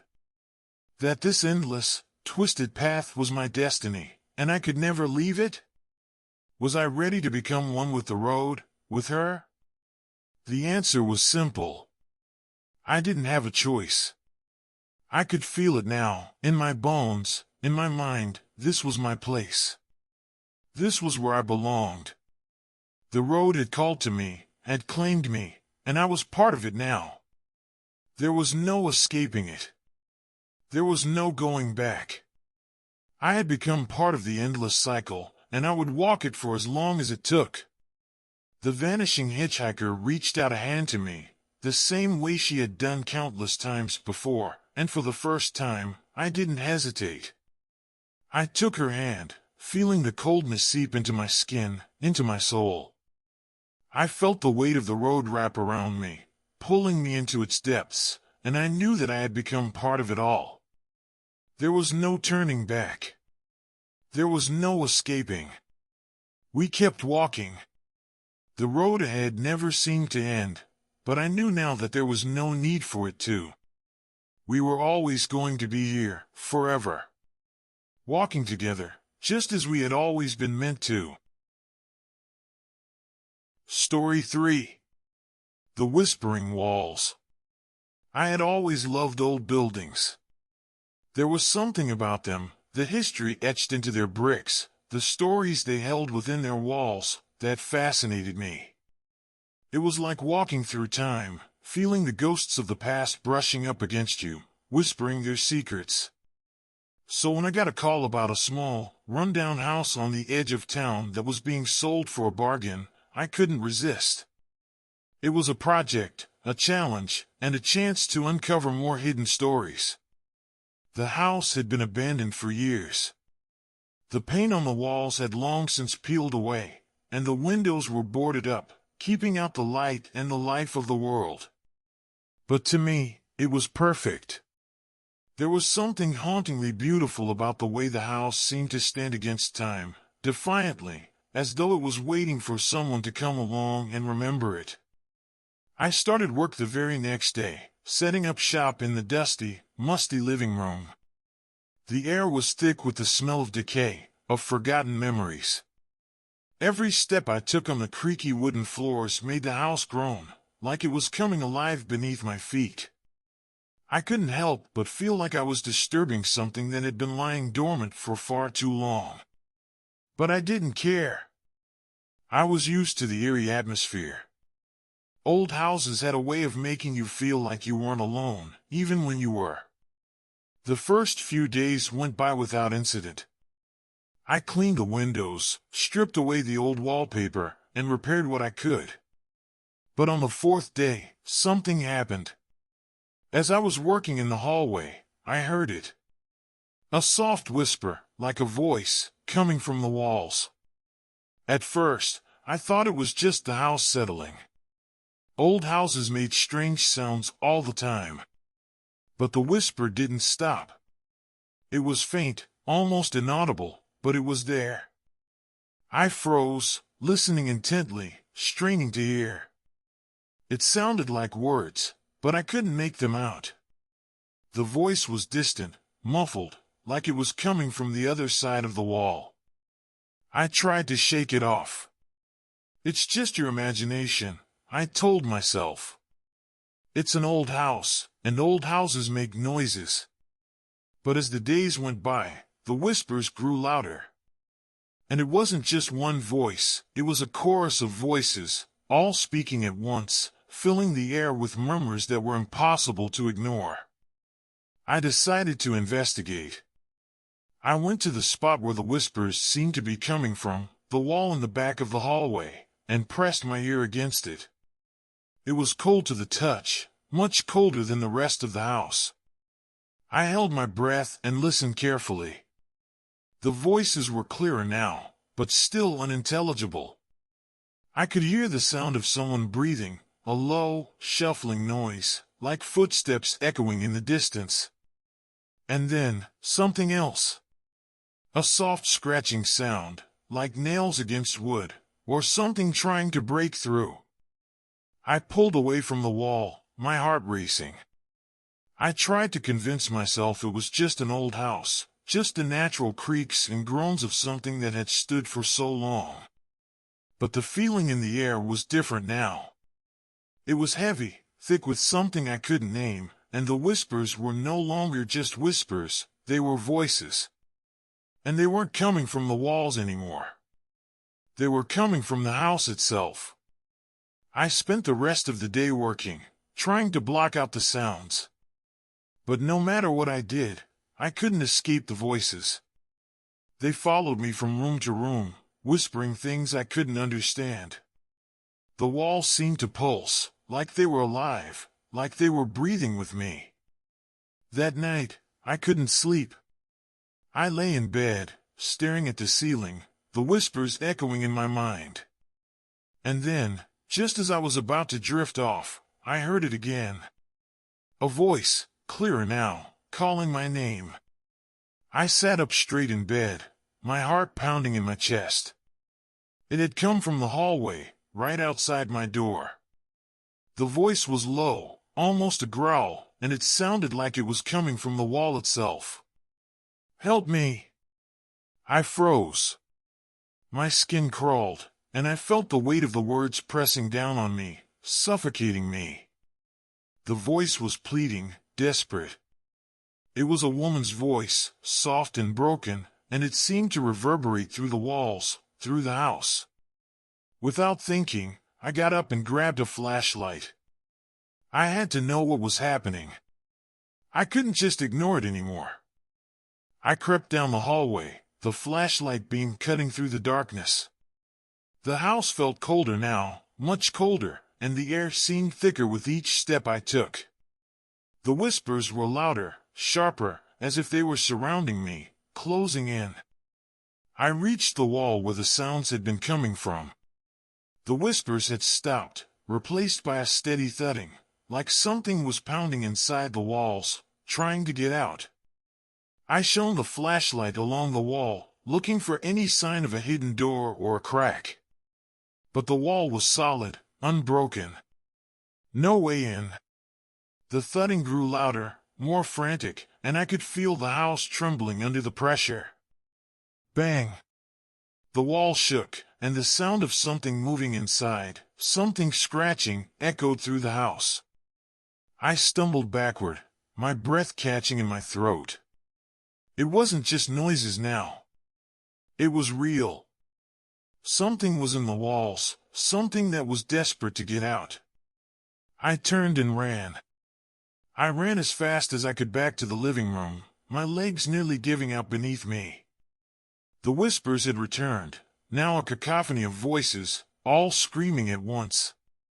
My head was spinning, and I could feel my skin crawling with the pressure of the house, like it was closing in on me. I grabbed my things and ran out of the house, the cold air hitting me like a slap in the face. I didn't look back. I couldn't. The voices followed me outside, echoing in my ears, growing louder and louder. I drove back to town, my hands shaking, my heart pounding. I tried to tell myself I just imagined it, that it was all in my head. But deep down, I knew I hadn't. The whispers were real. And the house, it wasn't just old, wasn't just abandoned. It was something else, something that shouldn't have been left standing. I went back to the house the next day, determined to get to the bottom of it. But when I arrived, the house was different. The walls were still there, but the feeling was gone. It was quiet. Too quiet. I went inside, calling out, but there was no answer, no voice, no thudding. The house had returned to its lifeless state. I checked the wall where the sounds had come from. There was no sign of anything, no cracks, no hidden doors. Just the cold, unfeeling surface. I ran my hand over it, and it felt like any other wall. But then, I noticed something. A faint, almost imperceptible imprint in the dust on the floor. It was shaped like a handprint. A small, delicate handprint, right where I had stood the night before. I froze. I ran out of the house, the whispers starting again in my head, growing louder. The walls had heard me. And they wanted me to listen. The house was alive. And the walls, they weren't just walls. They were prison cells, keeping something locked inside. Something desperate to get out. And I had just unlocked it. I never returned to the house. But sometimes, late at night, when the wind blows through the trees and the walls of my own home creak, I hear it. The whispering. The faint thud of something trapped inside, begging for help. And I know, deep down, the walls will never stop calling to me. I've moved several times since that night, but no matter where I go, no matter how far I run, the whispers follow. They've become a constant in my life, a low hum that fills the silence. At first, I thought they were just in my head, the result of stress, of the trauma from the house, but over time, I've come to understand something much more unsettling. It's not just me. The house is still with me. I've tried to block it out. I've tried to ignore the voices, to push them into the corners of my mind. But they're always there, a whisper on the wind, a faint sound that grows louder in the stillness of the night. The words are never clear. At first, I thought it was the house, the walls still somehow trying to speak to me, trying to reach out. But now I think it's something else, something worse. It's been a year since I left that house, but I can still hear the scratching, the desperate thudding inside the walls. Every time I hear it, I feel a cold chill run down my spine. I don't know what's inside those walls. I don't know what's trapped there. But whatever it is, it's not letting go. The whispers have become more frequent, more insistent. I hear them in the dead of night, just as I'm about to drift off to sleep. Sometimes, they're so soft, I think I'm imagining it. But then I hear a voice, a single word, that cuts through the silence like a knife. Help! I snap awake, gasping for breath, my heart pounding in my chest. The room is empty, the air thick and still. I listen for a moment, trying to convince myself it's just the wind. But there's nothing. No sound. Only the oppressive silence. And yet, I can't shake the feeling that something is waiting. Something is always waiting. I had tried to move on. I had thought that getting away from that house would free me from the nightmares, from the oppressive presence that had consumed me. But now, I realized the truth. The house wasn't just a place. It was a doorway. A doorway into something much darker, something much more terrifying than I could ever imagine. And I walked through it. The house has followed me. The walls have followed me. Wherever I go, they're always there, just beneath the surface, just behind the walls, just outside my reach. I think about the people who lived in that house before me, the ones who built it, the ones who walked its halls, the ones who whispered in the dark. Were they trapped there, too? Were they victims of the same pull, the same force that I now find myself struggling against? Or had they been consumed by it, swallowed whole by the walls, their voices now just another part of the house's twisted echo? I've stopped telling people about it. No one would believe me. They would think I was crazy, imagining things. They wouldn't understand the weight of the house, the way it presses down on you, the way it takes your very soul and twists it until you no longer know where you end and it begins. The worst part is that I'm not sure if I want to escape anymore. The whispers, the thudding, the scraping, they've become a part of me. I can't escape them. I don't know if I even want to anymore. I've come to realize that I'm just like the walls. I'm trapped here, too. The other night, as I lay in bed, trying to shut out the whispers, I heard a new sound. It was faint at first, but it grew louder, closer. It sounded like footsteps. Slowly, carefully, almost as if someone was walking toward me. I sat up, heart racing, my eyes darting around the room. The footsteps grew louder, closer still, until they were right outside my door. I held my breath, straining to hear. I was paralyzed, unable to move, unable to speak. And then, the door creaked open. I didn't move. I didn't dare. The footsteps were now in the room, moving closer to me, the weight of the air pressing down with every step. But there was no one there. Nothing but the darkness. I lay back down, trying to convince myself it was just my mind playing tricks on me. But I couldn't shake the feeling that something had been in the room, something that had walked in, taken a step toward me, and then left. The whispers returned then, louder than ever, filling the silence with their insistent murmur. "You are part of this now," they said. "You will never leave. I don't know how much longer I can live like this. The walls are closing in. The house is inside me. Every time I think I'm free, every time I think I've outrun it, it catches up with me. The whispers, the footsteps, they're everywhere. I wish I could say I was strong enough to leave, to run, to break free. But the truth is, I don't think I can. I'm a part of this now, and there's no escape from it. The house has claimed me, and the walls will never let me go. I know this now. The walls whisper. And they're always waiting. They always will be. It's been weeks since the last night I truly slept, and each day feels more like a dream, or perhaps it's more of a nightmare. The walls are alive, I swear. I feel them shifting when I'm not looking. The whispering never stops now, not even when I'm awake. I can hear it during the day, too, filling the space around me, crawling along the edges of my thoughts. It's like a constant hum, a low murmur just beneath the surface of my mind.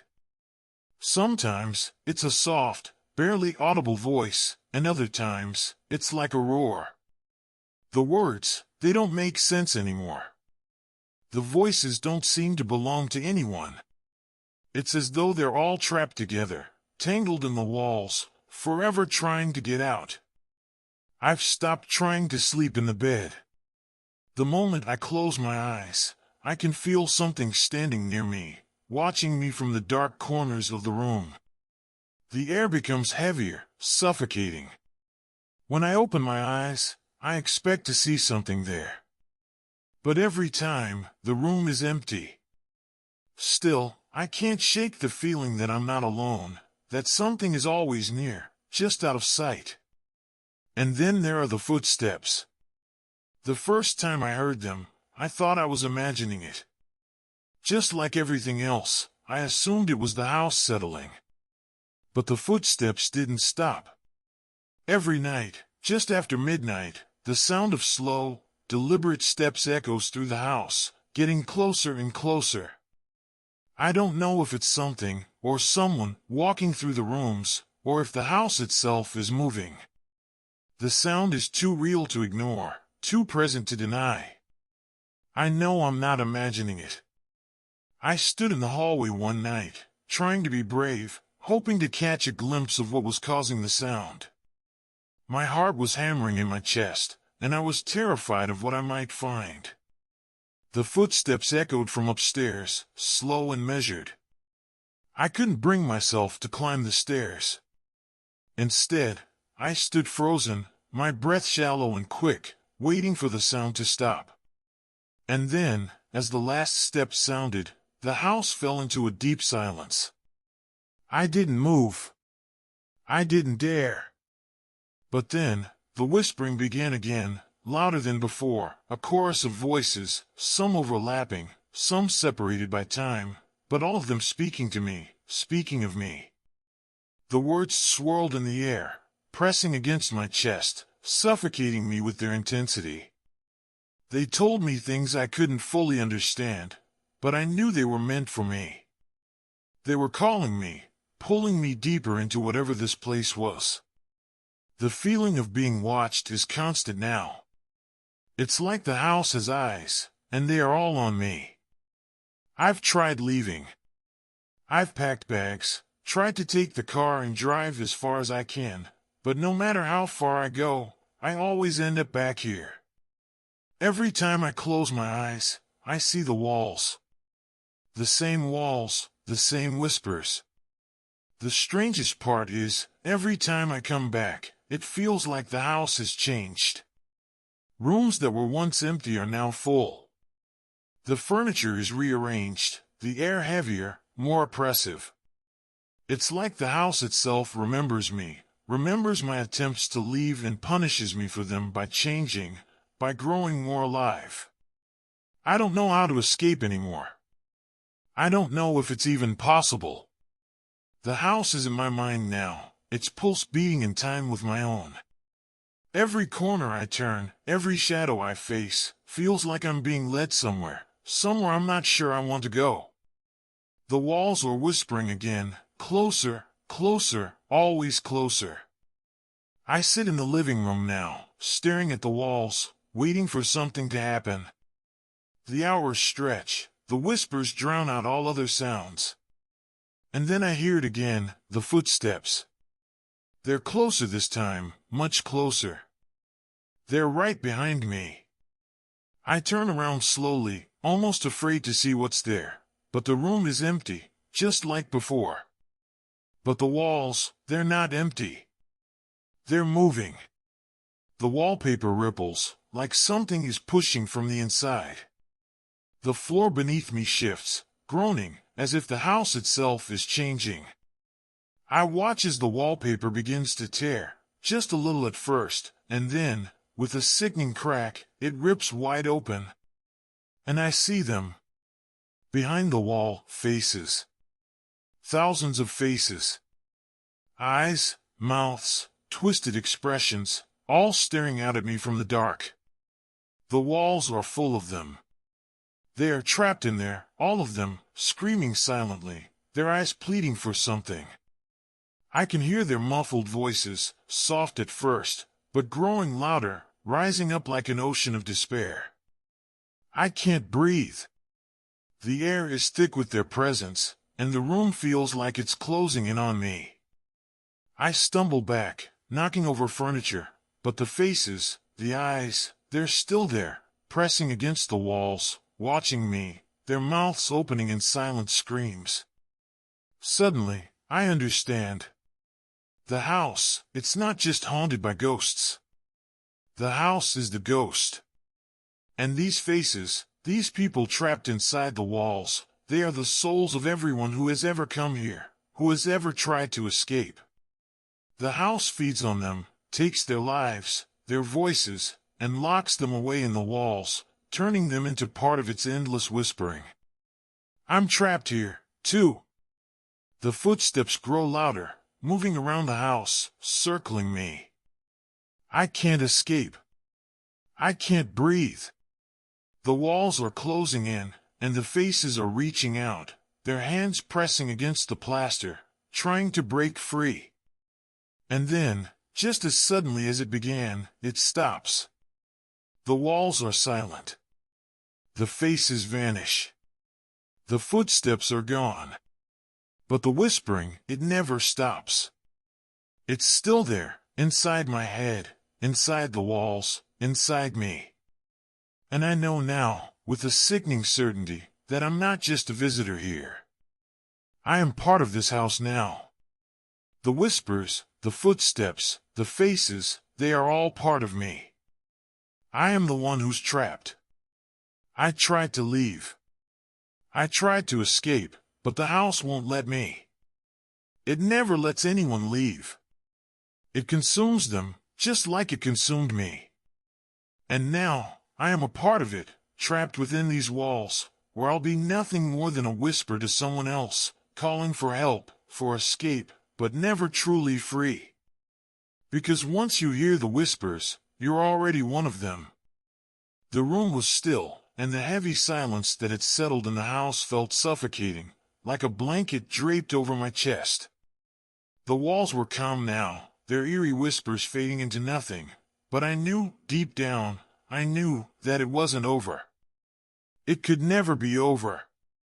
The house had marked me, and there was no going back. I couldn't remember how long I had been sitting in the living room.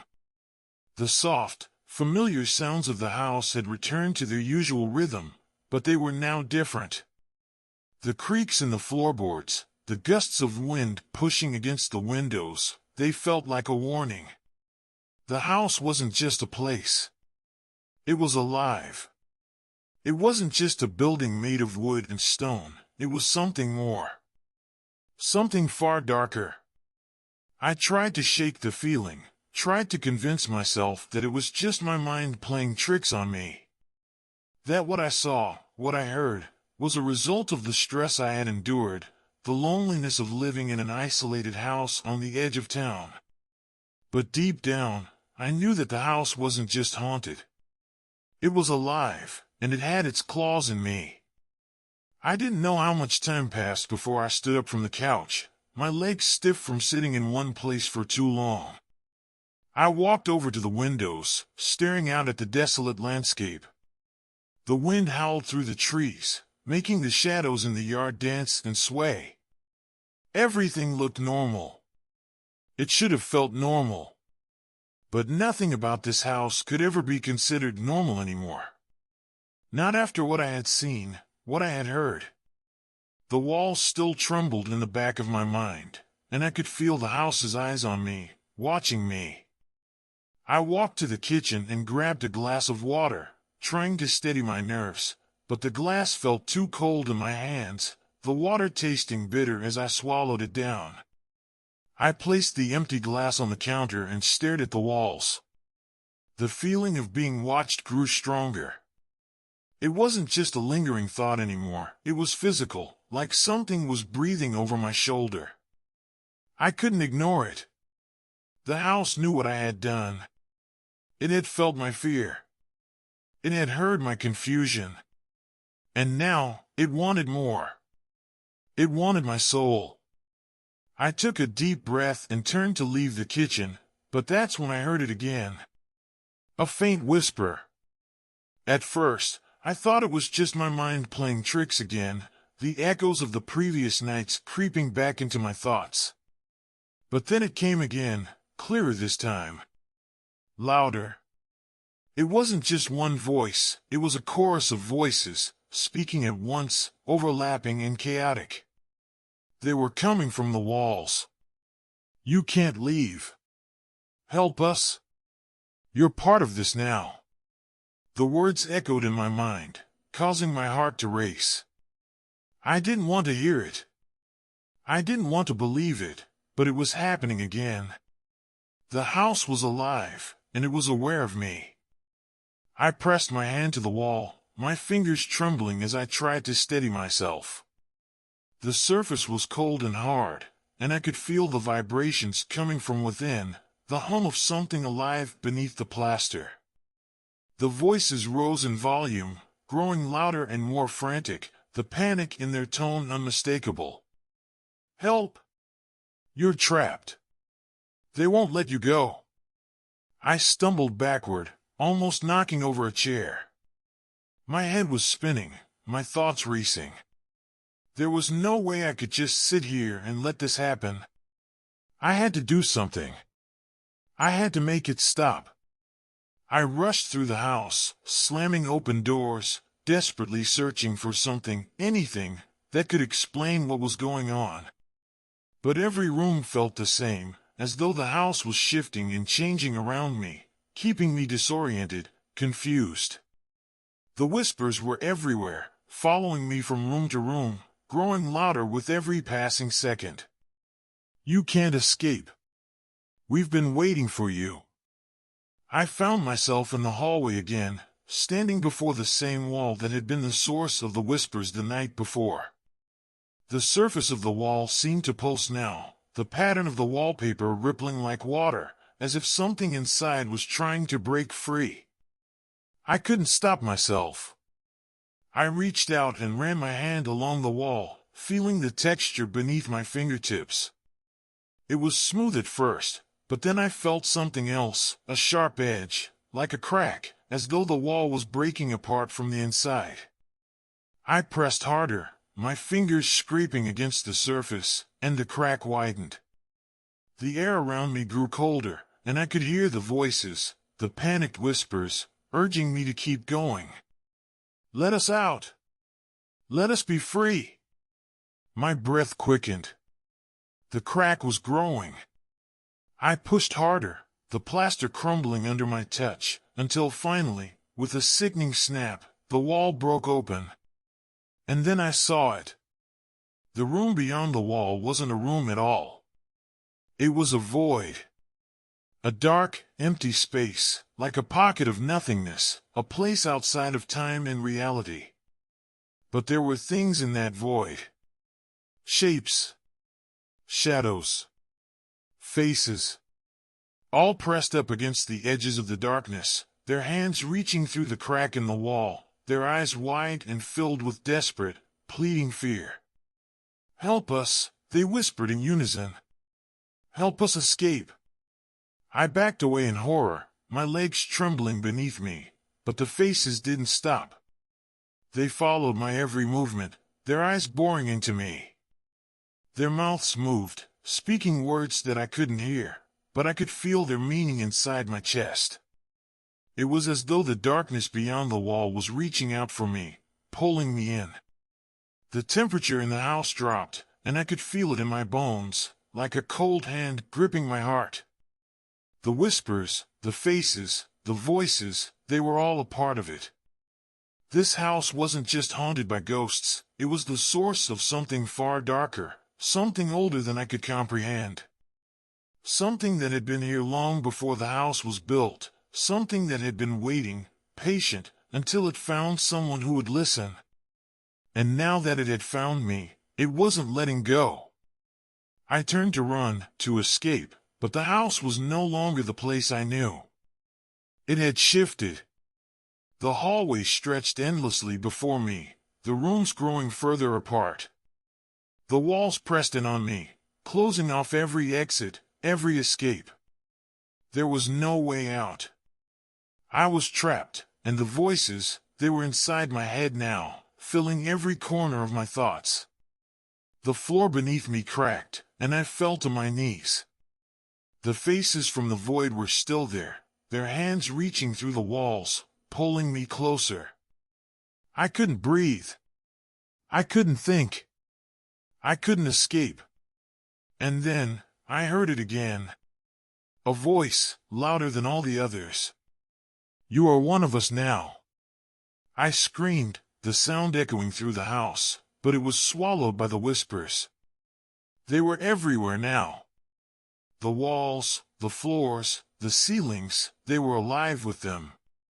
I was part of it, part of the house, part of the endless cycle of voices and shadows and faces.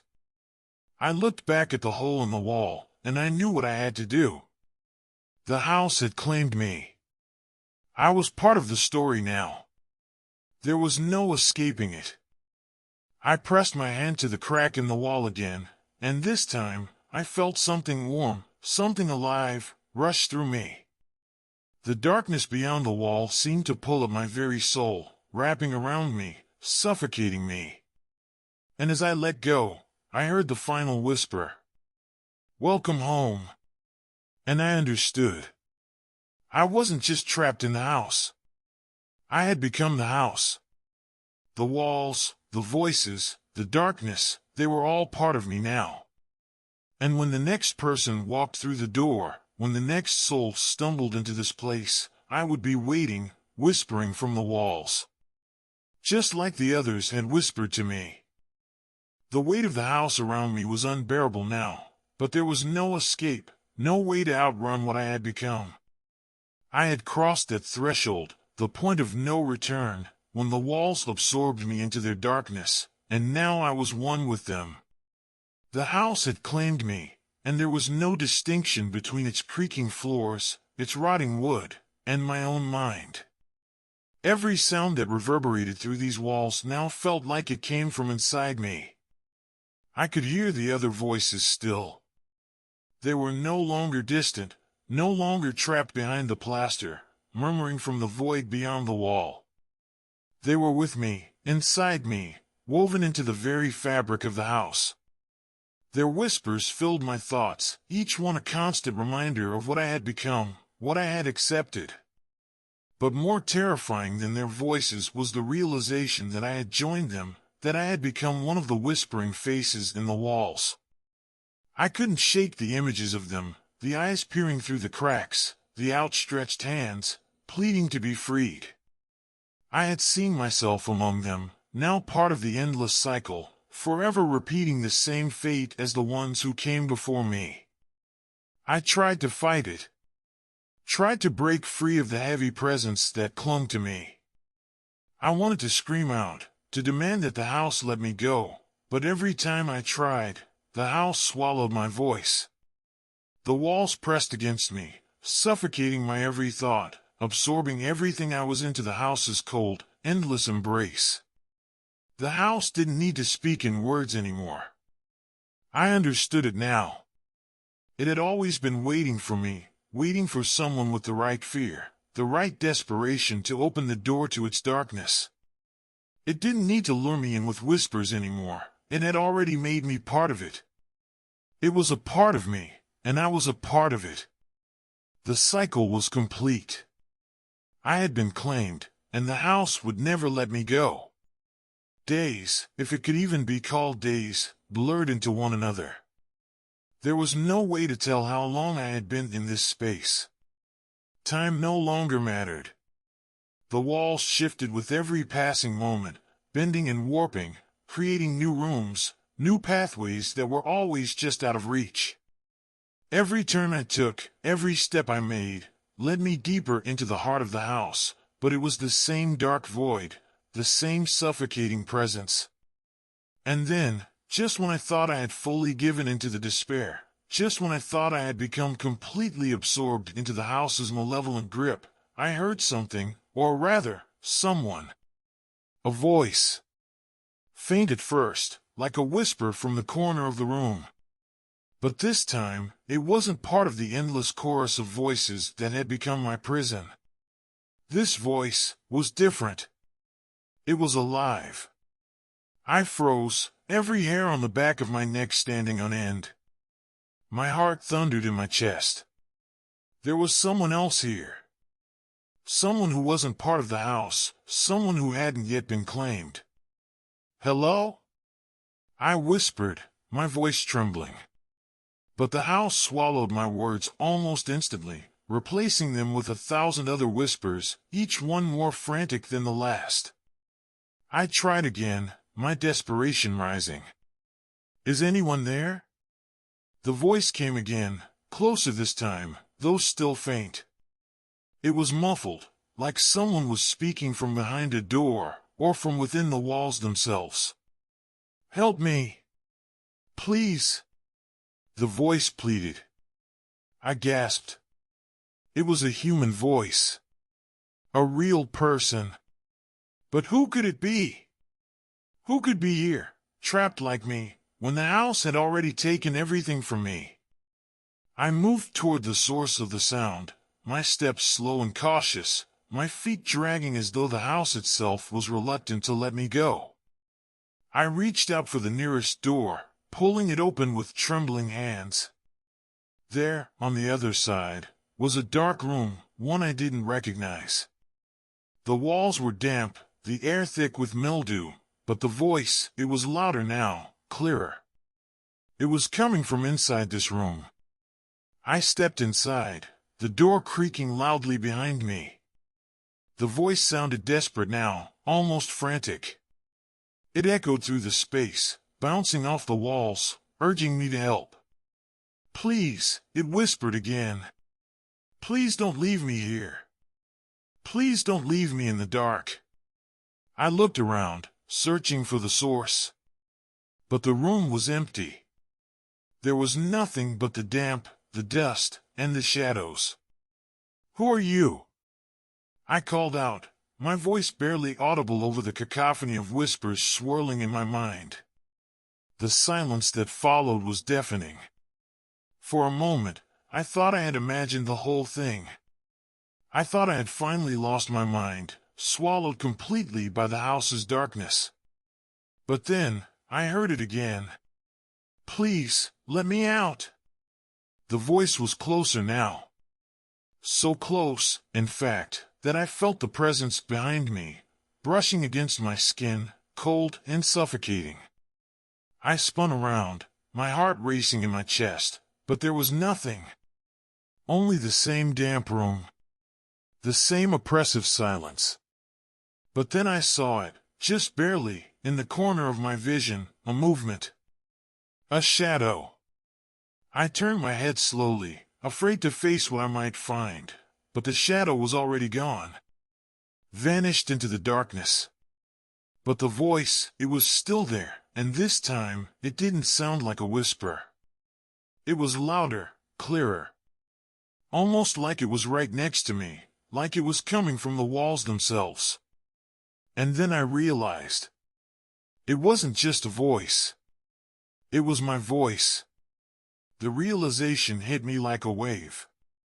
I had heard it before, I had spoken those words before. This wasn't someone else trapped inside the house. This was me. I had been speaking to myself, calling out for help from behind the walls. The terror that flooded through me now was unlike anything I had ever felt. I had been here too long. I had become part of the house, and the walls had already begun to claim my mind, trapping me in their endless echo. The voices weren't other souls. They were me. They were the trapped parts of my own consciousness, desperately reaching out from within the house, begging for release. And now, I understood. There was no escape. The house didn't just take your body. It took your mind. It made you part of its endless cycle, turning you into another voice, another shadow that would forever whisper from the walls, forever call out for someone to help. But there would be no one to hear it. I was one of them now. I was part of the house. And the house would never let me go. The realization hit me like an unrelenting tide. I wasn't just trapped in this house. I had become a part of it, woven into its very fabric. Every inch of the house had seeped into my mind, and I into its bones. The whispers, the voices, the scratching, it was all me now. I could feel it deep in my chest, in the pit of my stomach, like an invisible weight pressing down on me. I staggered backward, my hand reaching out for the nearest wall. The cool, textured surface of the wallpaper felt like a lifeline, something solid to hold on to. But as I touched it, I felt the house pulse beneath my fingers, a shudder running through the walls, as though the very structure of the building was aware of my touch. The whispers were louder now, more urgent. I could hear my voice among them, speaking in frantic, desperate tones. "Help me! Please! I don't want to stay here." The words echoed in my mind, bouncing back and forth until I couldn't tell where the house ended and I began. There was no difference. The house and I had fused into one, the same endless spiral, the same prison with no escape. I wanted to scream, to tear myself free from the suffocating grip of the house, but every time I tried to fight it, the walls pressed in harder, tighter. I collapsed to my knees, gasping for air, the weight of the realization sinking deeper into me. How long had I been here? How long had I been trapped inside the house's endless cycle? The days, the hours, they had all blurred together. There was no beginning, no end. Just an unrelenting loop that I couldn't escape, a cycle that fed off my fear and despair. And then, as if in answer to my torment, the whispers grew silent. The house, this place that had held me prisoner, paused, as if waiting, listening. And in that silence, I heard something else. Something new. It was a sound that I knew all too well. The sound of footsteps. They were soft at first, distant. The house trembled ever so slightly, like it was stirring, awakening to the sound of new life, new energy. I didn't know if I was imagining it, if my mind had finally cracked under the weight of my fear, but I felt it. The footsteps were getting closer. Closer. And with them came a new voice. "Hello?" The word was a breath, tentative, unsure, but it was real. It wasn't part of the house's tortured chorus. It wasn't my voice. I spun around, my heart racing in my chest. The sound of the footsteps was unmistakable now, echoing through the corridors. I took a step forward, my breath catching in my throat. I wasn't alone. I wasn't sure if it was hope or fear that drove me forward, but I moved. I needed to find the source of the voice, to understand who was calling out to me, to see if there was truly someone else in this place, someone who could help me escape. I ran through the house, my feet pounding against the wooden floors, my mind a whirlwind of questions and terror. The house seemed to stretch on endlessly, the room shifting and changing with every turn I took. The footsteps were ahead of me, just beyond the next corner, and I followed, my pulse pounding in my ears. Every part of me screamed that it was wrong, that this was another trap, another cruel trick the house had played on me. But I couldn't stop myself. The footsteps were real. The voice was real. I rounded a corner and stopped dead in my tracks. There, at the end of the hallway, stood a figure. A person. Alive, breathing, real. I couldn't believe it. My mind refused to accept what I was seeing. It was a man, disheveled and haggard, standing in the doorway of a room, his eyes wide with confusion. He didn't look like someone who had been trapped here for years. He looked new. His clothes were torn, his face streaked with dirt, but his eyes held the unmistakable look of someone who had just arrived. Someone who hadn't yet fallen into the house's grasp. "Who are you?" I gasped, my voice raw, almost unrecognizable. He blinked, as if trying to understand me, his eyes darting nervously. I don't know. I woke up here. I don't know how I got here. I took a step toward him, my legs trembling. "You're real?" He nodded, his voice shaky. "I think so." I heard footsteps. I thought I was dreaming, but I saw you, and I didn't know what to say. For the first time since I had entered this house, I felt a flicker of something else. Hope? No, that couldn't be right. This wasn't a rescue. This wasn't salvation. The walls trembled again, as if they were warning me. And then, the whispers returned. Only this time, they were louder.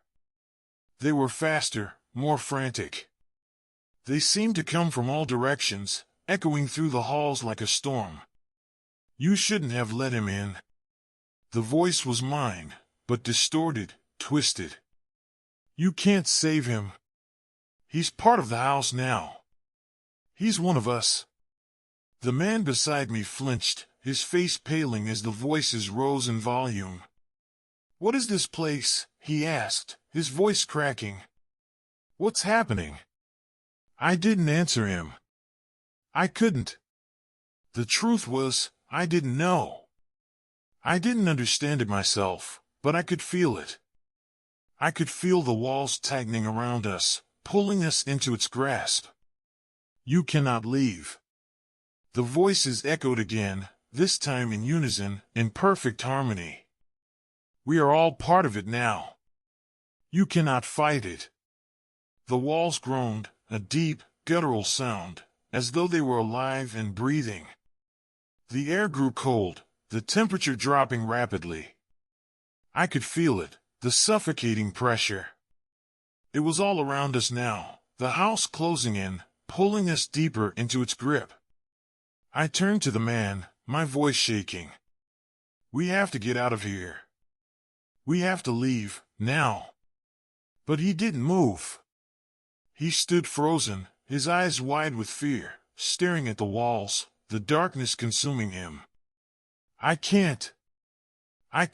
His voice was barely audible, as though the house itself was swallowing his words.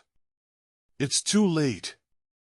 I turned to run, but the house wasn't letting me go. The walls closed in on me, pushing me back into the hallway. The shadows seemed to come alive, reaching out toward me with dark, twisting fingers. I could feel them, their coldness, their hunger. The whispers grew louder, their voices sharp and commanding. "You can't escape. You never could. You're already one of us."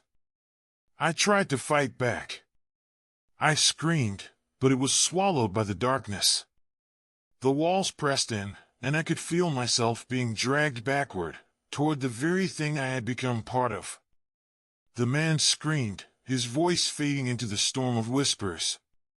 And then, in that moment, I understood. The house wasn't just a place. It was a prison. And once you entered, there was no escape. You became a part of it, trapped within its walls, its darkness, its endless hunger. And I was never meant to leave. Neither was he. We were already part of it. We always had been. And the house would never let us go. The walls closed in tighter, and the shadows that had once seemed distant now surrounded me, creeping along the edges of my vision. I tried to move, but my legs were frozen, as though the house itself had grabbed hold of me, rooting me in place. The whispers were louder now, the voices overlapping and melding together into a single, deafening roar. "You can't escape," they hissed. "You are ours now." I wanted to scream. I wanted to fight back. But every time I tried to open my mouth, the house's cold breath pressed down on me, suffocating my words before they could escape.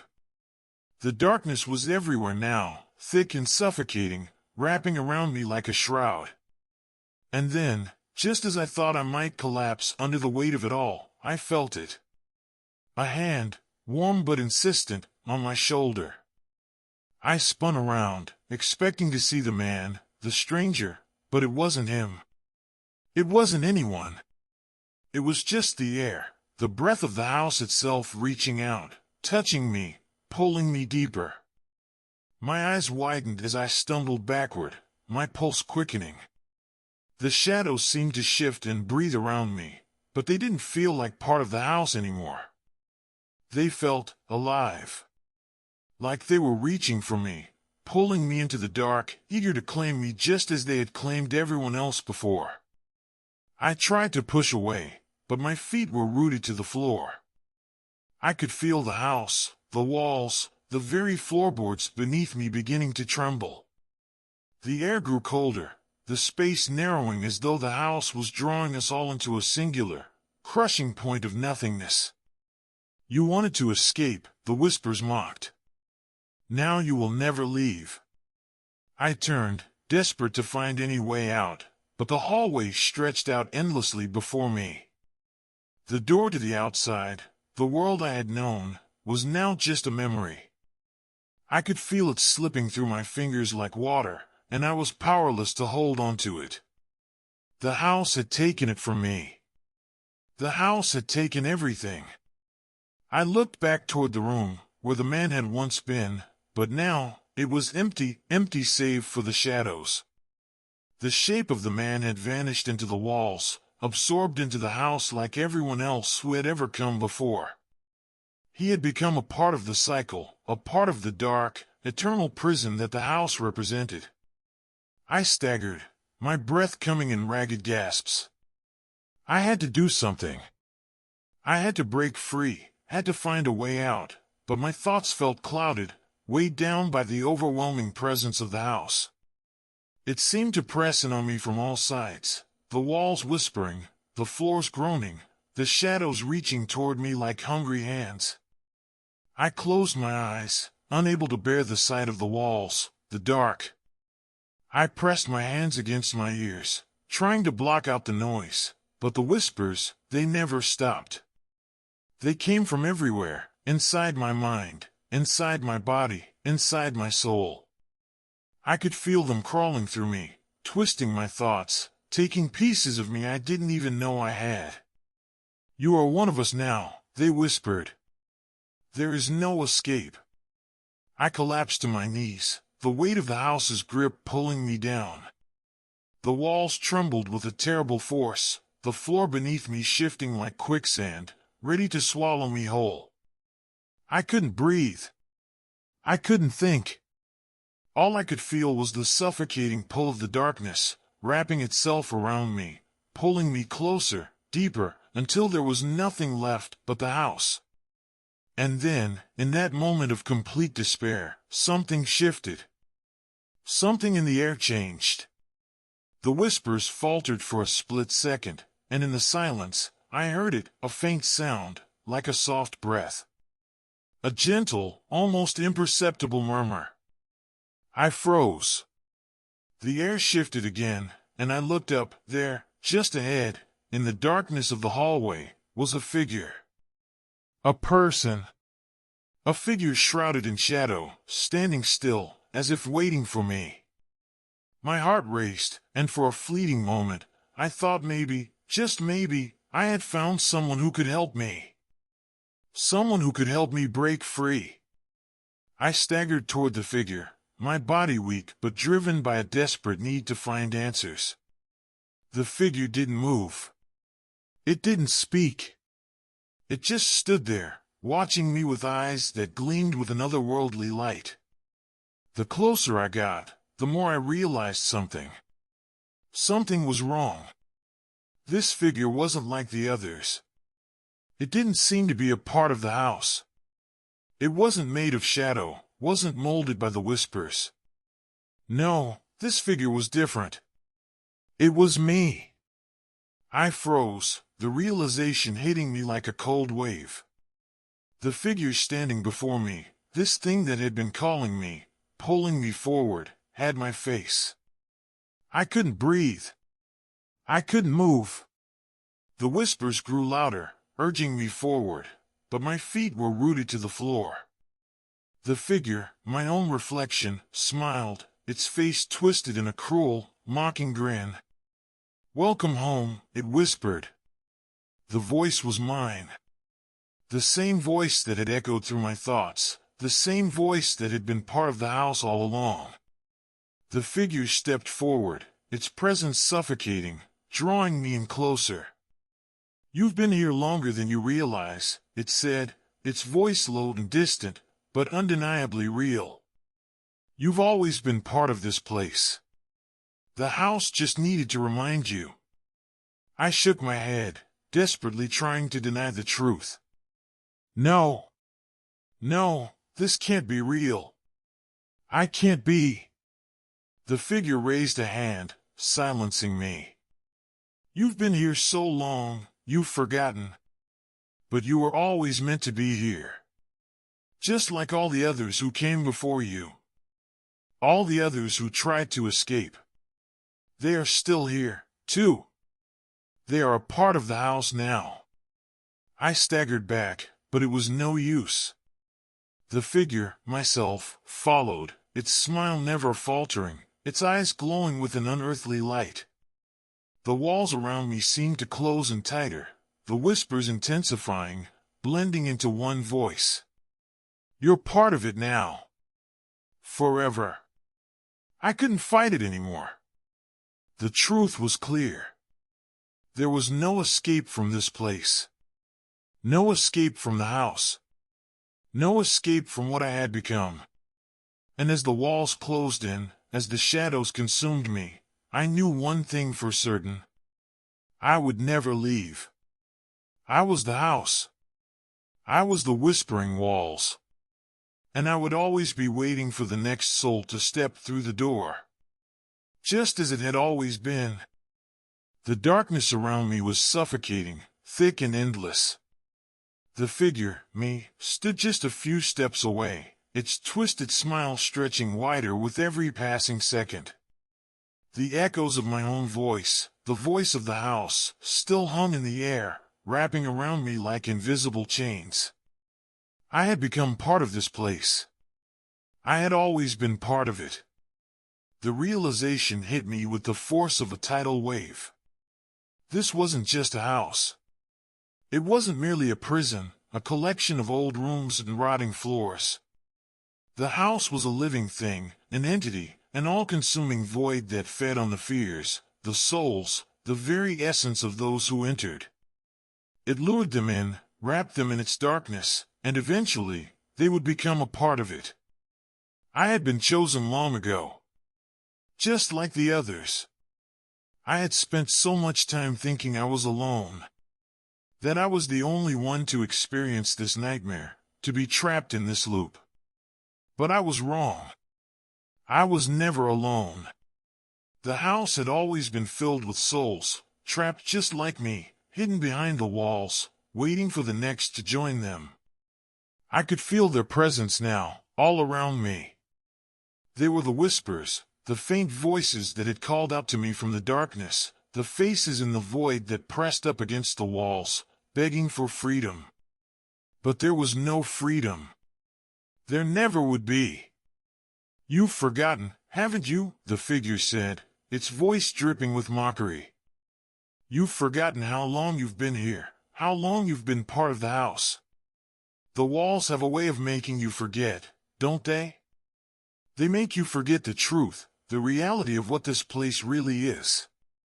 I shook my head, the words clanging against my skull, but I knew, deep down, that they were true. I had forgotten. The longer I stayed here, the more the house consumed me, the more I became part of it. I could feel it, its cold, hungry presence seeping into my very being, twisting my thoughts, bending them until they no longer made sense. What was real? What was memory? Was I ever really me? I had become a voice in the walls, a shadow in the corners, just like the others. And soon, when someone else entered the house, I would call to them, as the others had once called to me. I would be their guide into the darkness, their invitation into the endless cycle of torment. Because that's what this place did. It made you forget who you were, and once you had forgotten, it swallowed you whole. "You're part of it now," the figure said again, its eyes glowing with an unsettling light. "You'll never leave. And neither will I. We're stuck here together." The walls trembled in response, as if the house was answering, agreeing with the figure. The floor beneath my feet shifted, groaned, and creaked, like the house itself was alive, breathing, pulsing with its own dark energy. It pressed in on me, pulling me deeper into its grasp, its cold fingers sinking into my skin, into my soul. I stumbled backward, my breath coming in ragged gasps. I had to get out. I had to fight. I couldn't let this happen. Not like this. I had to keep my sanity, my soul, whatever was left of them. But with every step, the walls seemed to grow closer, the whispers louder, the weight of the house heavier. It was impossible to move, to escape. The very air was thick with its presence, choking me, suffocating me, and I realized something terrifying. I was no longer sure if I even wanted to escape anymore. The house had a way of bending you, of breaking you down until you no longer knew what you were fighting for. It made you question your thoughts, your emotions, your very self. It made you forget. It made you belong. The figure, me, stepped closer, its grin never faltering. "It's time," it whispered. "Time for you to remember everything. Time for you to become part of the house, like the rest of us. You'll see. You'll understand." I wanted to run, but my legs felt like lead. I wanted to scream, but the house was holding me down, suffocating my words, making them impossible to say. All I could do was stand there, frozen, watching the figure, my own face, come closer, its smile widening, its eyes glowing brighter. And then, the house spoke. It was a sound that came from everywhere and nowhere, from the walls, the floors, the very air itself. It was a low, guttural sound, like the earth itself was groaning in pain, in hunger. "You have been chosen," the house whispered, its voice echoing through my mind. "You are one of us. You will never leave. You will be the whisper. You will be the dark. You will be part of the house." The walls shuddered, and the house seemed to swallow my soul, its tendrils wrapping around me, pulling me into its endless cycle. I tried to resist, tried to hold on to whatever scraps of myself were left, but it was too late. The house had already taken everything. I closed my eyes, and for a moment, I thought I heard another voice. A faint whisper, like a distant memory, calling out from beyond the walls. Don't forget. But I couldn't hold on to it. The house was too strong, too all-consuming. The whisper faded, and I could feel myself slipping away, my identity dissolving into the dark, the endless dark that would never let me go. I was no longer an individual. I was part of the house. I was part of the walls, the shadows, the whispers. I was a voice, lost in the dark, forever calling out to the next soul that would stumble into this place, forever begging them to help, to understand, to feel the terror and despair that I now felt. And when they would hear my voice, when they would feel the house's pull, I would be there, waiting for them. I would be the one who called to them, who led them deeper into the darkness. Just like the others had done for me. The house would always need new voices. New souls. And as the darkness closed in, I finally understood the truth. I wasn't just trapped in the house. I was the house. And the house would never let me go. It would never let any of us go. We were its whispers, its shadows, its endless cycle. And we would wait, forever, for the next lost soul to step through the door. Thank you for listening to today's story. Don't forget to like, comment, and subscribe to Horror Echo. Let us know if you've ever had a similar experience. We'd love to hear your story. Sweet dreams, if you can sleep.